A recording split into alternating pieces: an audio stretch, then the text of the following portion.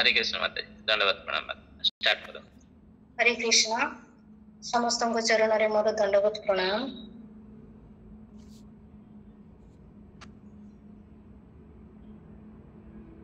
आजानुलंबित भुजो कनकावदातो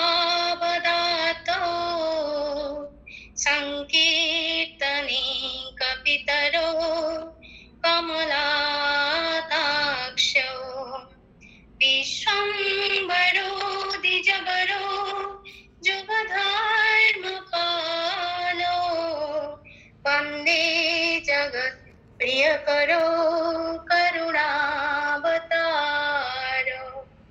वैराग्य विद्या निज भक्ति योगं शिक्षात्मैकं पुरुष पुराण श्री कृष्ण चैतन्य शरीरधारी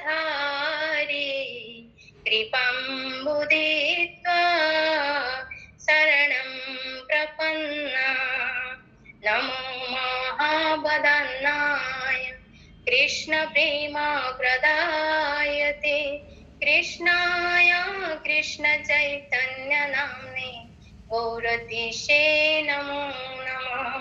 श्रूयतं नित्यं गीयतं मुदा चिन्त्यतं भक्त्या चैतन्य चरितमृता।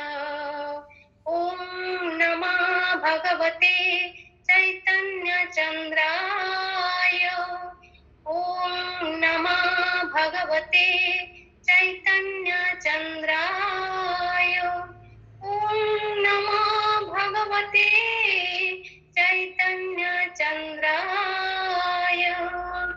नमो विष्णुपादाय कृष्णपृष्ठाय भूतले श्रीमते जय पताका स्वामीति नामिने नमो आचार्य पादाय निताय कृपा प्रदायिने गौरकथा धामदाय नगर ग्रामतारिणे नमो विष्णुपादाय कृष्णपृष्ठाय भूतले श्रीमते भक्ति वेदांत स्वामीति नामिने नमस्ते सरस्वती देवी गौरवाणी प्रचारिणे निर्विशेष शून्यवादे पाश्चात्य देशतारिणे जय श्री कृष्ण चैतन्य प्रभु नित्यानंद श्री अद्वैत गदाधर शिवासादि गौर भक्त वृंद हरे कृष्ण कृष्ण कृष्ण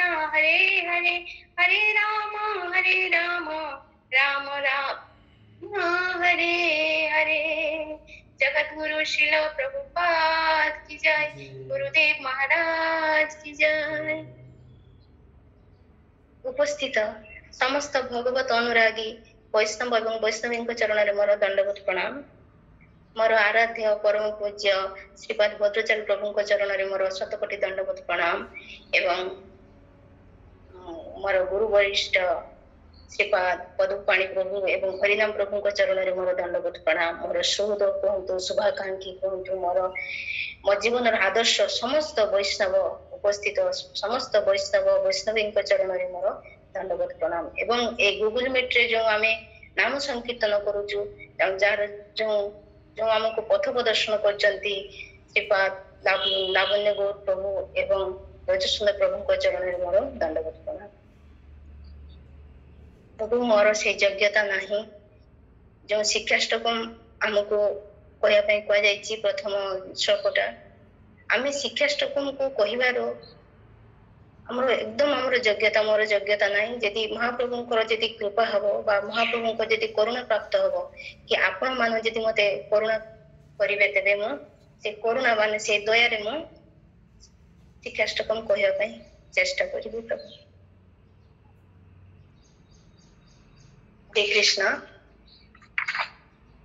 श्री कृष्ण संकीर्तन श्रीमान चैतन्य महाप्रभु এই ধরাধামরে এই কলি যুগরে আবির্ভূত হইতিলে শ্রী ଶ୍ରୀ କୃଷ୍ଣ ଏବଂ ଶ୍ରୀ ରାଧାରାଣୀଙ୍କର ଯୁଗଳ ତନୁରେ ସେ ଏଇ କଳି ଯୁଗରେ ସେ ଆବିର୍ଭାବ ହୋଇଥିଲେ। କୋଉ ଉଦ୍ଦେଶ୍ୟରେ? ଜଣେ ଭକ୍ତର ଆବେଶରେ ଆସି ତାଙ୍କର ଭକ୍ତିର ଆଚରଣ ଦ୍ୱାରା ଆମକୁ ଶିଖାଇବା ପାଇଁ ଆସିଥିଲେ।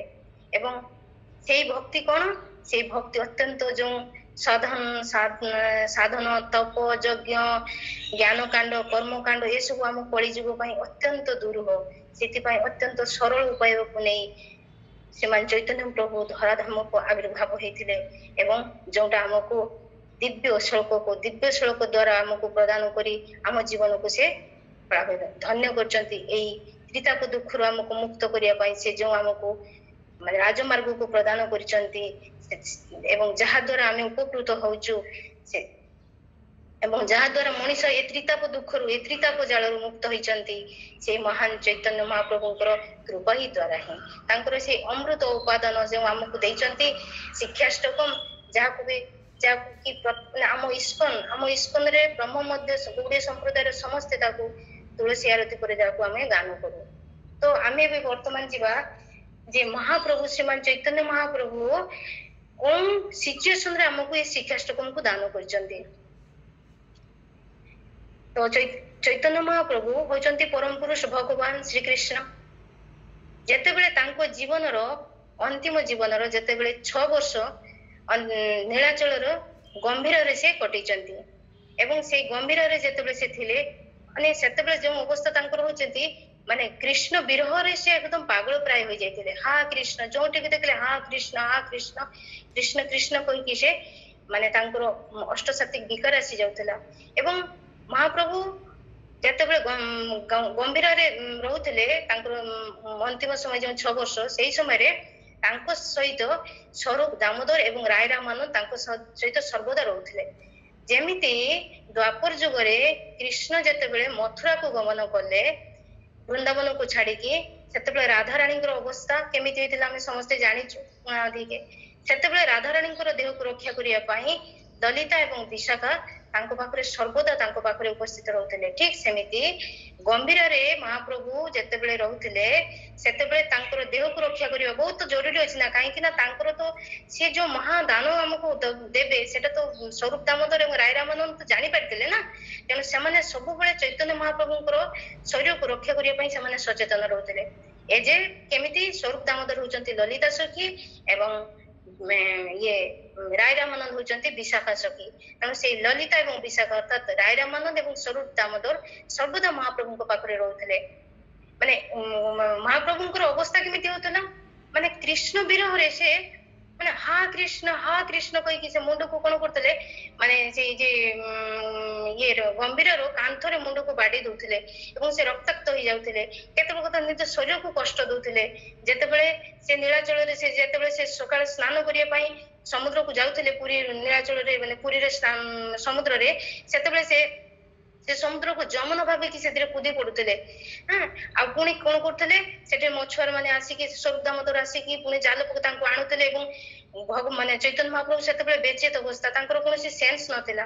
ଏବଂ ସେତେବେଳେ ସ୍ୱରୂପ ଦାମୋଦର ଏବଂ ରାୟ ରାମାନନ୍ଦ କଣ କରୁଥିଲେ ତାଙ୍କ କାନମୂଳରେ ଶ୍ରୀମଦ୍ ଭାଗବତମ କୃଷ୍ଣ କରୁଣାମୃତ ସେ ଗୋବିନ୍ଦ ଦାମୋଦର ସ୍ତୁତି ଏମିତି ସ୍ତୁତି ଗୁଡା ତାଙ୍କୁ ଶୁଣୁଥିଲେ, ଯାହା ଦ୍ୱାରା ଚୈତନ୍ୟ ମହାପ୍ରଭୁ କଣ କରୁଥିଲେ ତାଙ୍କର ଚେତନା ଫେରୁଥିଲା।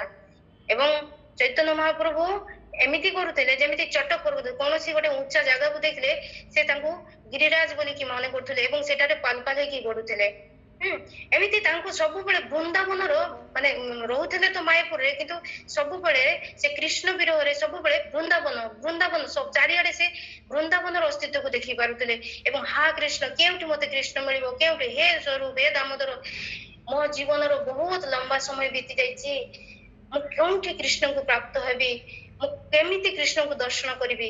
ମାନେ ସ୍ୱୟଂ ଭଗବାନ ନିଜେ କହୁଛନ୍ତି ଯେ ସେ ନିଜେ ଭଗବାନ କିନ୍ତୁ କହୁଛନ୍ତି ହେ ସ୍ୱରୂପ ହେ ଦାମୋଦର, ମୋର ଜୀବନର ବହୁତ ସମୟ ଚାଲି ଯାଇଛି, ମୁଁ କୃଷ୍ଣ ଦର୍ଶନ କେବେ ପ୍ରାପ୍ତ ହେବି। ଇଏ ହଉଛି କଣ ଜଣେ ସ୍ୱୟଂ ଭଗବାନ ଭକ୍ତ ରୂପରେ ଆସି ତାଙ୍କର ଭକ୍ତିକୁ ଆଚରଣ କରିକି ସେ ଆମକୁ ଶିକ୍ଷା ଦଉଛନ୍ତି। ସେତେବେଳେ ସ୍ୱରୂପ ଦାମୋଦର କହୁଛନ୍ତି ପ୍ରଭୁ, ରାୟ ରାମାନନ୍ଦ ଏବଂ ସ୍ୱରୂପ ଦାମୋଦର କହୁଛନ୍ତି ପ୍ରଭୁ ଆପଣ କାହିଁକି ଦେହକୁ ଏତେ କଷ୍ଟ ଦଉଛନ୍ତି, କାହିଁକି ମୁଣ୍ଡକୁ ବାଡଉଛନ୍ତି, କାହିଁକି ଜନନଦୀରେ ସମୁଦ୍ରରେ ଝାସ ଦେଇ ଦଉଛନ୍ତି, ଆପଣ କାହିଁକି ଏମିତି କରୁଛନ୍ତି? ସେତେବେଳେ ଇଏ ଚୈତନ୍ୟ ମହାପ୍ରଭୁ କହୁଛନ୍ତି ମୁଁ ଜାଣିନି ମୋର କଣ ହଉଛି, ମୁଁ କୃଷ୍ଣକୁ ଦର୍ଶନ କରିପାରୁନାହିଁ, ମତେ କୃଷ୍ଣକୁ ଦର୍ଶନ କରାଅ, ହେ ରାମାନନ୍ଦ ମତେ କୃଷ୍ଣକୁ ଦର୍ଶନ କରିକି, ଏମିତି କହିକି ରାୟ ରାମାନନ୍ଦଙ୍କୁ ସେ ଜାବୁଡି ଧରୁଥିଲେ।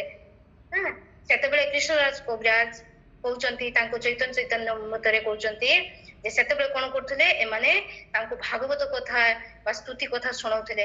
ଯେତେବେଳେ ଏମିତି ସ୍ତୁତି ଶୁଣୁଥିଲେ, ଭାଗବତମ କଥା ଶୁଣୁଥିଲେ ଚୈତନ୍ୟ ମହାପ୍ରଭୁ, କଣ ହଉଥିଲା ଚୈତନ୍ୟ ମହାପ୍ରଭୁଙ୍କ ଶରୀରରେ?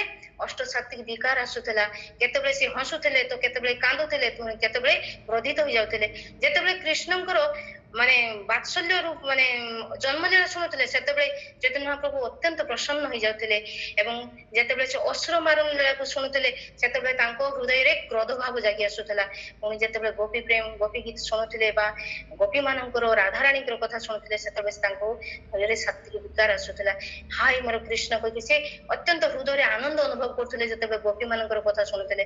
ତ ଏଇପରି ଭାବରେ ଚୈତନ୍ୟ ମହାପ୍ରଭୁଙ୍କ ହୃଦୟରେ ମାନେ ହର୍ଷ ଆସୁଥିଲା, ଆନନ୍ଦ ହଉଥିଲା, ଶରୀର ସଂକୁଚିତ ହୋଇଯାଉଥିଲା। ପୁଣି ଶରୀରରେ ଯେତେବେଳେ ଅସୁର କଥା ଶୁଣୁଛନ୍ତି କ୍ରୋଧିତ ହୋଇଯାଉଥିଲେ, ପୁଣି ଗୋପୀଙ୍କ କଥା ଶୁଣିକି ମନରେ ଆନନ୍ଦ ପାଉଥିଲେ। ଏମିତି କରି କରି କୃଷ୍ଣଦାସ କବିରାଜ କହୁଛନ୍ତି ଯେ ଏମିତି କଥା ଶୁଣୁ ଶୁଣୁ ରାତି ପରେ ରାତି, ଦିନ ପରେ ଦିନ ବିତି ଯାଉଥିଲା। ଏବଂ ଏମିତି ଶୁଣୁ ଶୁଣୁ ଶୁଣୁ ଶୁଣି ଥରେ କଣ ହେଇଛି, ପ୍ରଭୁ କହୁଛନ୍ତି, ଶ୍ରୀମାନ ଚୈତନ୍ୟ ମହାପ୍ରଭୁ କହୁଛନ୍ତି, ପ୍ରଭୁ କହେ ଏଟା ଶ୍ଲୋକଟା ବହୁତ ସୁନ୍ଦର କହୁଛନ୍ତି। ପ୍ରଭୁ କହୁଛନ୍ତି, ଶ୍ରୀମାନ ଚୈତନ୍ୟ ପ୍ରଭୁ କହୁଛନ୍ତି, ହର୍ଷେ ପ୍ରଭୁ କହେ ଶୁଣ ସ୍ୱରୂପ ରାମ ରାୟ, ନାମ ସଂକୀର୍ତ୍ତନ କଲଉ ପରମ ଉପାୟ। ଏମିତି ଯେତେବେଳେ ସ୍ୱରୂପ ଦାମୋଦର ରାୟ ରାମାନନ୍ଦ ଏମିତି ତାଙ୍କୁ ସ୍ତୁତି ଶୁଣୁଛନ୍ତି, ଶ୍ରୀମାନ ଚୈତନ୍ୟ ପ୍ରଭୁ ତାକୁ ଶୁଣୁଛନ୍ତି ଏବଂ ଶୁଣି ଶୁଣି ତାଙ୍କ ଶରୀରରେ ହର୍ଷ ଆନନ୍ଦ ମାନେ ସେ ମାନେ ଅତ୍ୟନ୍ତ ଉନ୍ନତ ଉଜ୍ଜ୍ୱଳ ରସରେ ସେ ବସି ଯାଇଛନ୍ତି, ଆବିଷ୍ଟ ହେଇଯାଇଛନ୍ତି। ଏବଂ ସେଇ ଉନ୍ନତ ଉଜ୍ଜ୍ୱଳ ରସରେ ଆବିଷ୍ଟ ହେଇକି ସେ କଣ କରୁଛନ୍ତି, ଏଇ କଥା କହୁଛନ୍ତି। ମାନେ ସେତେବେଳେ ତାଙ୍କ ନିଜର ସତ୍ତା ନାହିଁ, ସେତେବେଳେ ସେ ଭଗବାନଙ୍କ ସହିତ, ମାନେ ସେ ନିଜେ ତ ଭଗବାନ, ସେତେବେଳେ ତାଙ୍କ ଚରମ ପର୍ଯ୍ୟାୟରେ ସେ ଆସି ଯାଇଛନ୍ତି। ଏବଂ ସେ କହୁଛନ୍ତି ଯେ ହର୍ଷେ ମାନେ ପ୍ରଭୁ ମାନେ ଆନନ୍ଦରେ କହୁଛନ୍ତି, ହର୍ଷ ମୁହଁରେ ସ୍ମିତ ହାସି ଦେଇ କହୁଛନ୍ତି, ପ୍ରଭୁ କହୁଛନ୍ତି, ଶୁଣ ସ୍ୱରୂପ ରାମ ରାୟ, ନାମ ସଂକୀର୍ତ୍ତନ କଲଉ ପରମ ଉପାୟ। ଏ କଳି ଯୁଗରେ ଏକମାତ୍ର ଉପାୟ, ପରମ ଉପାୟ ହଉଛି ନାମ ସଂକୀର୍ତ୍ତନ। ସେତେବେଳେ ସ୍ୱରୂପ ଦାମୋଦର ଏବଂ ରାୟ ରାମାନନ୍ଦ କହୁଛନ୍ତି, ପ୍ରଭୁ ଆମେ ବୁଝିପାରୁନି, ଆମକୁ ଟିକେ ବିସ୍ତାରିତ ଭାବରେ କୁହନ୍ତୁ କଣ ଏ ନାମ ସଂକୀର୍ତ୍ତନ। ସେତେବେଳେ ଶ୍ରୀମାନ ଚୈତନ୍ୟ ମହାପ୍ରଭୁ କହୁଛନ୍ତି, କେତେବେଳେ କହୁଛନ୍ତି, ଗମ୍ଭୀରରେ ରାତ୍ରି ଜାଗରଣ ଚାଲିଛି, ବ୍ରହ୍ମ ମୁହୂର୍ତ୍ତର ସମୟରେ, ଦିନକୁ ଦିନ ବହୁତ ଦିନ ବିତିଗଲାଣି, ଭଗବାନ କଣ୍ଟିନ୍ୟୁ ଚୈତନ୍ୟ ମହାପ୍ରଭୁ ଶୁଣୁଛନ୍ତି ଏବଂ ଶୁଣିକି ସେ ଖୁସି ହେଇକି ତାଙ୍କ ମନରେ ଆନନ୍ଦ ଆସିଛି, ଅତ୍ୟନ୍ତ ଉଜ୍ଜ୍ୱଳ ରସରେ ଆସି ଯାଇଛନ୍ତି। ଏବଂ ତାପରେ ସେ କହୁଛନ୍ତି, ସ୍ୱରୂପ ଦାମୋଦର ଯେତେବେଳେ ତାଙ୍କୁ କହିଲେ ଆମକୁ ବିସ୍ତାରିତ ଭାବରେ କୁହନ୍ତୁ, ସେତେବେଳେ ଭଗବାନ ଶ୍ରୀମାନ ଚୈତନ୍ୟ ମହାପ୍ରଭୁ ଗାଉଛନ୍ତି, କଣ ଗାଉଛନ୍ତି, ଚେତ ଦର୍ପଣ ମାର୍ଜନମ୍ पवमहादावाग्नि निर्वापणम् श्रेय कैरव चन्द्रिका वितरणम् विद्यावधू जीवनम् आनन्दम्बुधिवर्धनम् प्रतिपदम् पूर्णामृतसादनम् सर्वात्मा शपनं परम विजयते श्रीकृष्ण संकीर्तनम् श्रीकृष्ण संकीर्तनम्। ଏହିପରି ଭାବରେ ମହାପ୍ରଭୁ ଏହି ଶିକ୍ଷାଷ୍ଟକଙ୍କ ପ୍ରଥମ ଶ୍ଲୋକକୁ ଗାନ କଲେ ଗମ୍ଭୀରରେ। ତ ଏ ଯେଉଁ ଶିକ୍ଷାଷ୍ଟକମ, ଏଇ ଶିକ୍ଷାଷ୍ଟକମରେ ଯେମିତି 8ଟି ଶ୍ଲୋକ ରହିଛି ଏବଂ ପ୍ରତିଟି ଶ୍ଲୋକରେ ଶ୍ରୀମଦ୍ ଭାଗବତମର ପ୍ରତିପାଦ୍ୟ ବିଷୟଟେ ତା ଭିତରେ ଛୁପିକି ରହିଛି, ଅପ୍ରତ୍ୟକ୍ଷ ଭାବରେ ଲୁଚିକି ରହିଛି ତା ଭିତରେ। ତେଣୁ ଏଇ ଯୋଉ ଶିକ୍ଷାଷ୍ଟକ ମହାପ୍ରଭୁ ଆମକୁ ଦେଲେ, ତାକୁ ଶ୍ରୀ ଜଗତଗୁରୁ ଶିଲ ପ୍ରଭୁପାଦ ଆମକୁ ପ୍ରତ୍ୟେକଟି ଇସ୍କନ ମନ୍ଦିରରେ ସବୁ ବ୍ରହ୍ମ ମଧ୍ୟ ଗୌଡୀୟ ସମ୍ପ୍ରଦାୟର ସମସ୍ତେ ତାକୁ ତୁଳସୀ ଆରତି ପରେ ତାକୁ ଗାନ କରନ୍ତି। ଏବଂ ଶ୍ରୀ କୃଷ୍ଣଦାସ କବିରାଜ କହୁଛନ୍ତି, ଏଇ ଶିକ୍ଷାଷ୍ଟକଙ୍କୁ ଗାଇଲେ ବା ଶ୍ରବଣ କଲେ କଣ ହୁଏ, ତାର ସ୍ତୁତି ଫଳ କହୁଛନ୍ତି। କଣ କହୁଛନ୍ତି, ଆମର ଭକ୍ତି ପ୍ରତି ଆମେ ଅଗ୍ରସର ହେଇପାରିବୁ। କଣ ଭକ୍ତି? कृष्ण भक्ति प्रगति रे आमे अग्रसर होई परिबो एवं कृष्ण प्रेम को प्राप्त करि परिबो। जे श्रवण करे बा जे पठन करे शिक्षाष्टकम ता हृदय रे कृष्ण प्रेम जागृत हुए। एटा कृष्णदास कविराज श्लोक माध्यम रे हमको कहिसंती। तो एबे हमें जीवा शिक्षाष्टकम रो प्रथम श्लोक जो श्लोकटा मते दिया जायछि ताको विषय किछि कहया पई मोर तो से योग्यता नाही प्रभु तथापि कहया पई चेष्टा करूछि। श्री कृष्ण संकीर्तन हमर जो चेत माने जो श्लोकटा दिया जायछि तार टाइटल होछि श्री कृष्ण संकीर्तन। तो ए जो प्रथम श्लोक रे श्रीमान चैतन्य महाप्रभु श्री कृष्ण संकीर्तनम रो 8टी विशेषता बतैचंती। से 8टी विशेषता कोन? श्री कृष्ण संकीर्तनम चेत दर्पण मार्जनम। श्री कृष्ण संकीर्तन कले कोन हुए? चित्त हमर मार्जन हुए। तापरे कहउचंती कोन? श्री कृष्ण संकीर्तनम भव महादावाग्नि निर्वापणम। कोन हुए? आमे भव एई संसार रूप महादावाग्नि आमे मुक्ति पाई परिबो अर्थात हमर दुख दूर हबो। तृतीय श्लोक रे कोन कहउचंती? श्रेय कैरव चंद्रिका वितरणम श्री कृष्ण संकीर्तनम अर्थात आम जीवन रे कल्याण हबो। सेटा केमिति हबो? श्री कृष्ण संकीर्तन द्वारा। पर आमे याको डिस्कस करबा विस्तारित भाबरे। तापरे कोन कहउचंती? विद्या बधु जीवनम विद्या रूपी बधु अर्थात आमे ए जड़ा जगतर समस्त प्राणी कोन हे परिबो? भगवानंकर विद्या बधु। बधु माने पत्नी एठार कहउचंती श्रीमान चैतन्य महाप्रभु। विद्या माने विद्यार उपमा बधु सहित कहउचंती अर्थात आमे समस्त भगवानंकर पत्नी होबार सुख प्राप्त होई परिबो श्री कृष्ण संकीर्तन कले। भगवानंकर कीर्तन कले आमे भगवानंकर बधु होई परिबो पत्नी होबार सौभाग्य प्राप्त होबो। तापरे कोन कहउचंती? श्रेय करिब चंद्रिका विद्या बधु जीवनम। तापरे आनंदम बुद्धि वर्धनम या माने कोन? आनंद आम जीवन रो जो आनंदटा सेटा समुद्र भलिया बुद्धि माने हमर जीवन रो आनंद केते आम जड़ जगत रो बिंदु भलिया किंतु श्री कृष्ण संकीर्तन कले आमे समुद्र रूपी आनंद अम्बुधि अर्थात आनंदटा हमर समुद्र भलिका हबो श्री कृष्ण संकीर्तन कले। तापरे कोन? प्रति पदम पुण्य स्वाद प्रति पदम पुण्य मृत साधनम अर्थात प्रति पदरे अर्थात प्रति मुहूर्त रे ए जे आनंदटा बढ़ी बढ़ी चलिबो केमिति? श्री कृष्ण संकीर्तन कले। तापरे कोन कहउचंती? सपनम सर्वत्मा सपनम अर्थात आमे से जे आनंद सागर रे जे आनंद पाई गेलु तापरे आनंद पाई गेले से सागर रे आमे डूबी जिवु मोहि जिवु द्रवीभूत होई जिवु केमिति? श्री कृष्ण संकीर्तन कले आमे आनंद रो सागर रे आमे द्रवीभूत होई जिवु। तापरे कोन हबो? परम विजयते श्री कृष्ण संकीर्तनम। 8टा हला ना परम विजय माने आमे परम विजय को प्राप्त हबु। श्री कृष्ण संकीर्तन कले आमे परम विजय को प्राप्त हबु। एपरि भाबरे महाप्रभु श्री कृष्ण संकीर्तन रो 8टी विशेषता कहले। तो प्रथमे आमे जिबा चेत दर्पण मार्जनम श्री कृष्ण संकीर्तनम। श्री कृष्ण संकीर्तन कले हमर चेत मार्जन हबो। एटा होची हमर हेडलाइन प्रथमे चेत दर्पण मार्जन। तो महाप्रभु कहउचंती चेत माने चित्त माने मन हमर अंतकरण को श्रीमान चैतन्य महाप्रभु याको दर्पण रो उपमा दैचंती दर्पण सहित तुलना करचंती। चित्त कोन? हमर अंतकरण। तब हमर जो चित्त जेतु आमे आत्मा आ भगवान होचंती परमात्मा एटा समस्त हम जानिछु एवं परमात्मा होचंती सच्चित आनंदमय एवं सेही परमात्मा रो अंश होचु आत्मा। आत्मा भी से सच्चित आनंदमय रो अंश। तेनो आत्मा रो कोन? आत्मा अंतकरण रे कोन देखिबो? आमे ए जीव ए शरीर रे कोन देखिबो?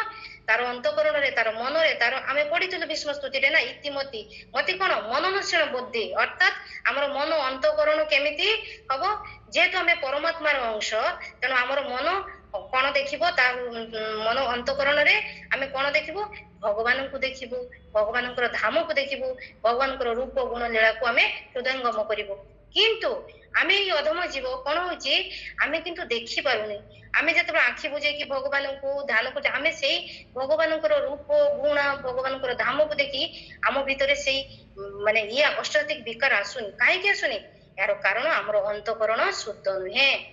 हमर अंतकरण रे बहु कोन हेची धूली जमिकी अछि। कोन धूली जमिकी अछि? कामना वासना रूपी धूली अर्थात दुष्ट कामना भोग भोगिबार जो वासना अछि ना ଆଶା ଅଛି ସେଇ କାମନା ଆମକୁ ଆମ ହୃଦୟରେ ଜମିକି ଅଛି ଏବଂ ସେଇ ଧୂଳି ଯେଉଁ ଜମିକି ଅଛି ମାନେ ଦୁଷ୍ଟ କାମନା ରୂପୀ ଧୂଳି ଭୋଗ କରିବାର ଯେଉଁ ଲାଳସା ରୂପୀ ଧୂଳି ସେଟା ଜମିକି ଅଛି ଏବଂ ସେଟା କେତେ ପରିମାଣରେ ଜମିକି ଅଛି ଦର୍ପଣ ଉପରେ ଆମ ଜୀବନ ମାନେ ଆମ ମନକୁ ତ ଦର୍ପଣ ସହିତ ତୁଳନା କରୁଛନ୍ତି ଚୈତନ୍ୟ ମହାପ୍ରଭୁ ତ ସେଇ ଦର୍ପଣ ଉପରେ ଏ ଜନ୍ମର ନୁହେଁ ବହୁ ଜନ୍ମର କୋଟି କୋଟି ଜନ୍ମର ସବୁ ଆବର୍ଜନା କାମନା ବାସନା ରୂପୀ ଯୋଉ ଧୂଳି ଜମିକି ଅଛି ଏକଦମ ପର୍ବତର ଭଳିଆ ଚିଟ୍ଟ ଭଳିଆ ଜମିକି ଅଛି ଏବଂ ଦର୍ପଣକୁ ଯେମିତି ପରିଷ୍କାର କରାଯାଏ ଆମେ ଯେମିତି ଗୋଟେ ଦର୍ପଣରେ ଯଦି ମଇଳା ଜମିକି ଥିବ ଆମେ ସେଥିରେ ଯଦି ପ୍ରତିବିମ୍ବ ଆମର ଦିଶିବ କି ପ୍ରତିବିମ୍ବ ଦିଶିବନି ସେଥିପାଇଁ କଣ କରିବାକୁ ହବ ତାକୁ ପୋଛି ଦେଇଦେବାକୁ ହବ ଗୋଟେ ଶୁଖିଲା କପଡାରେ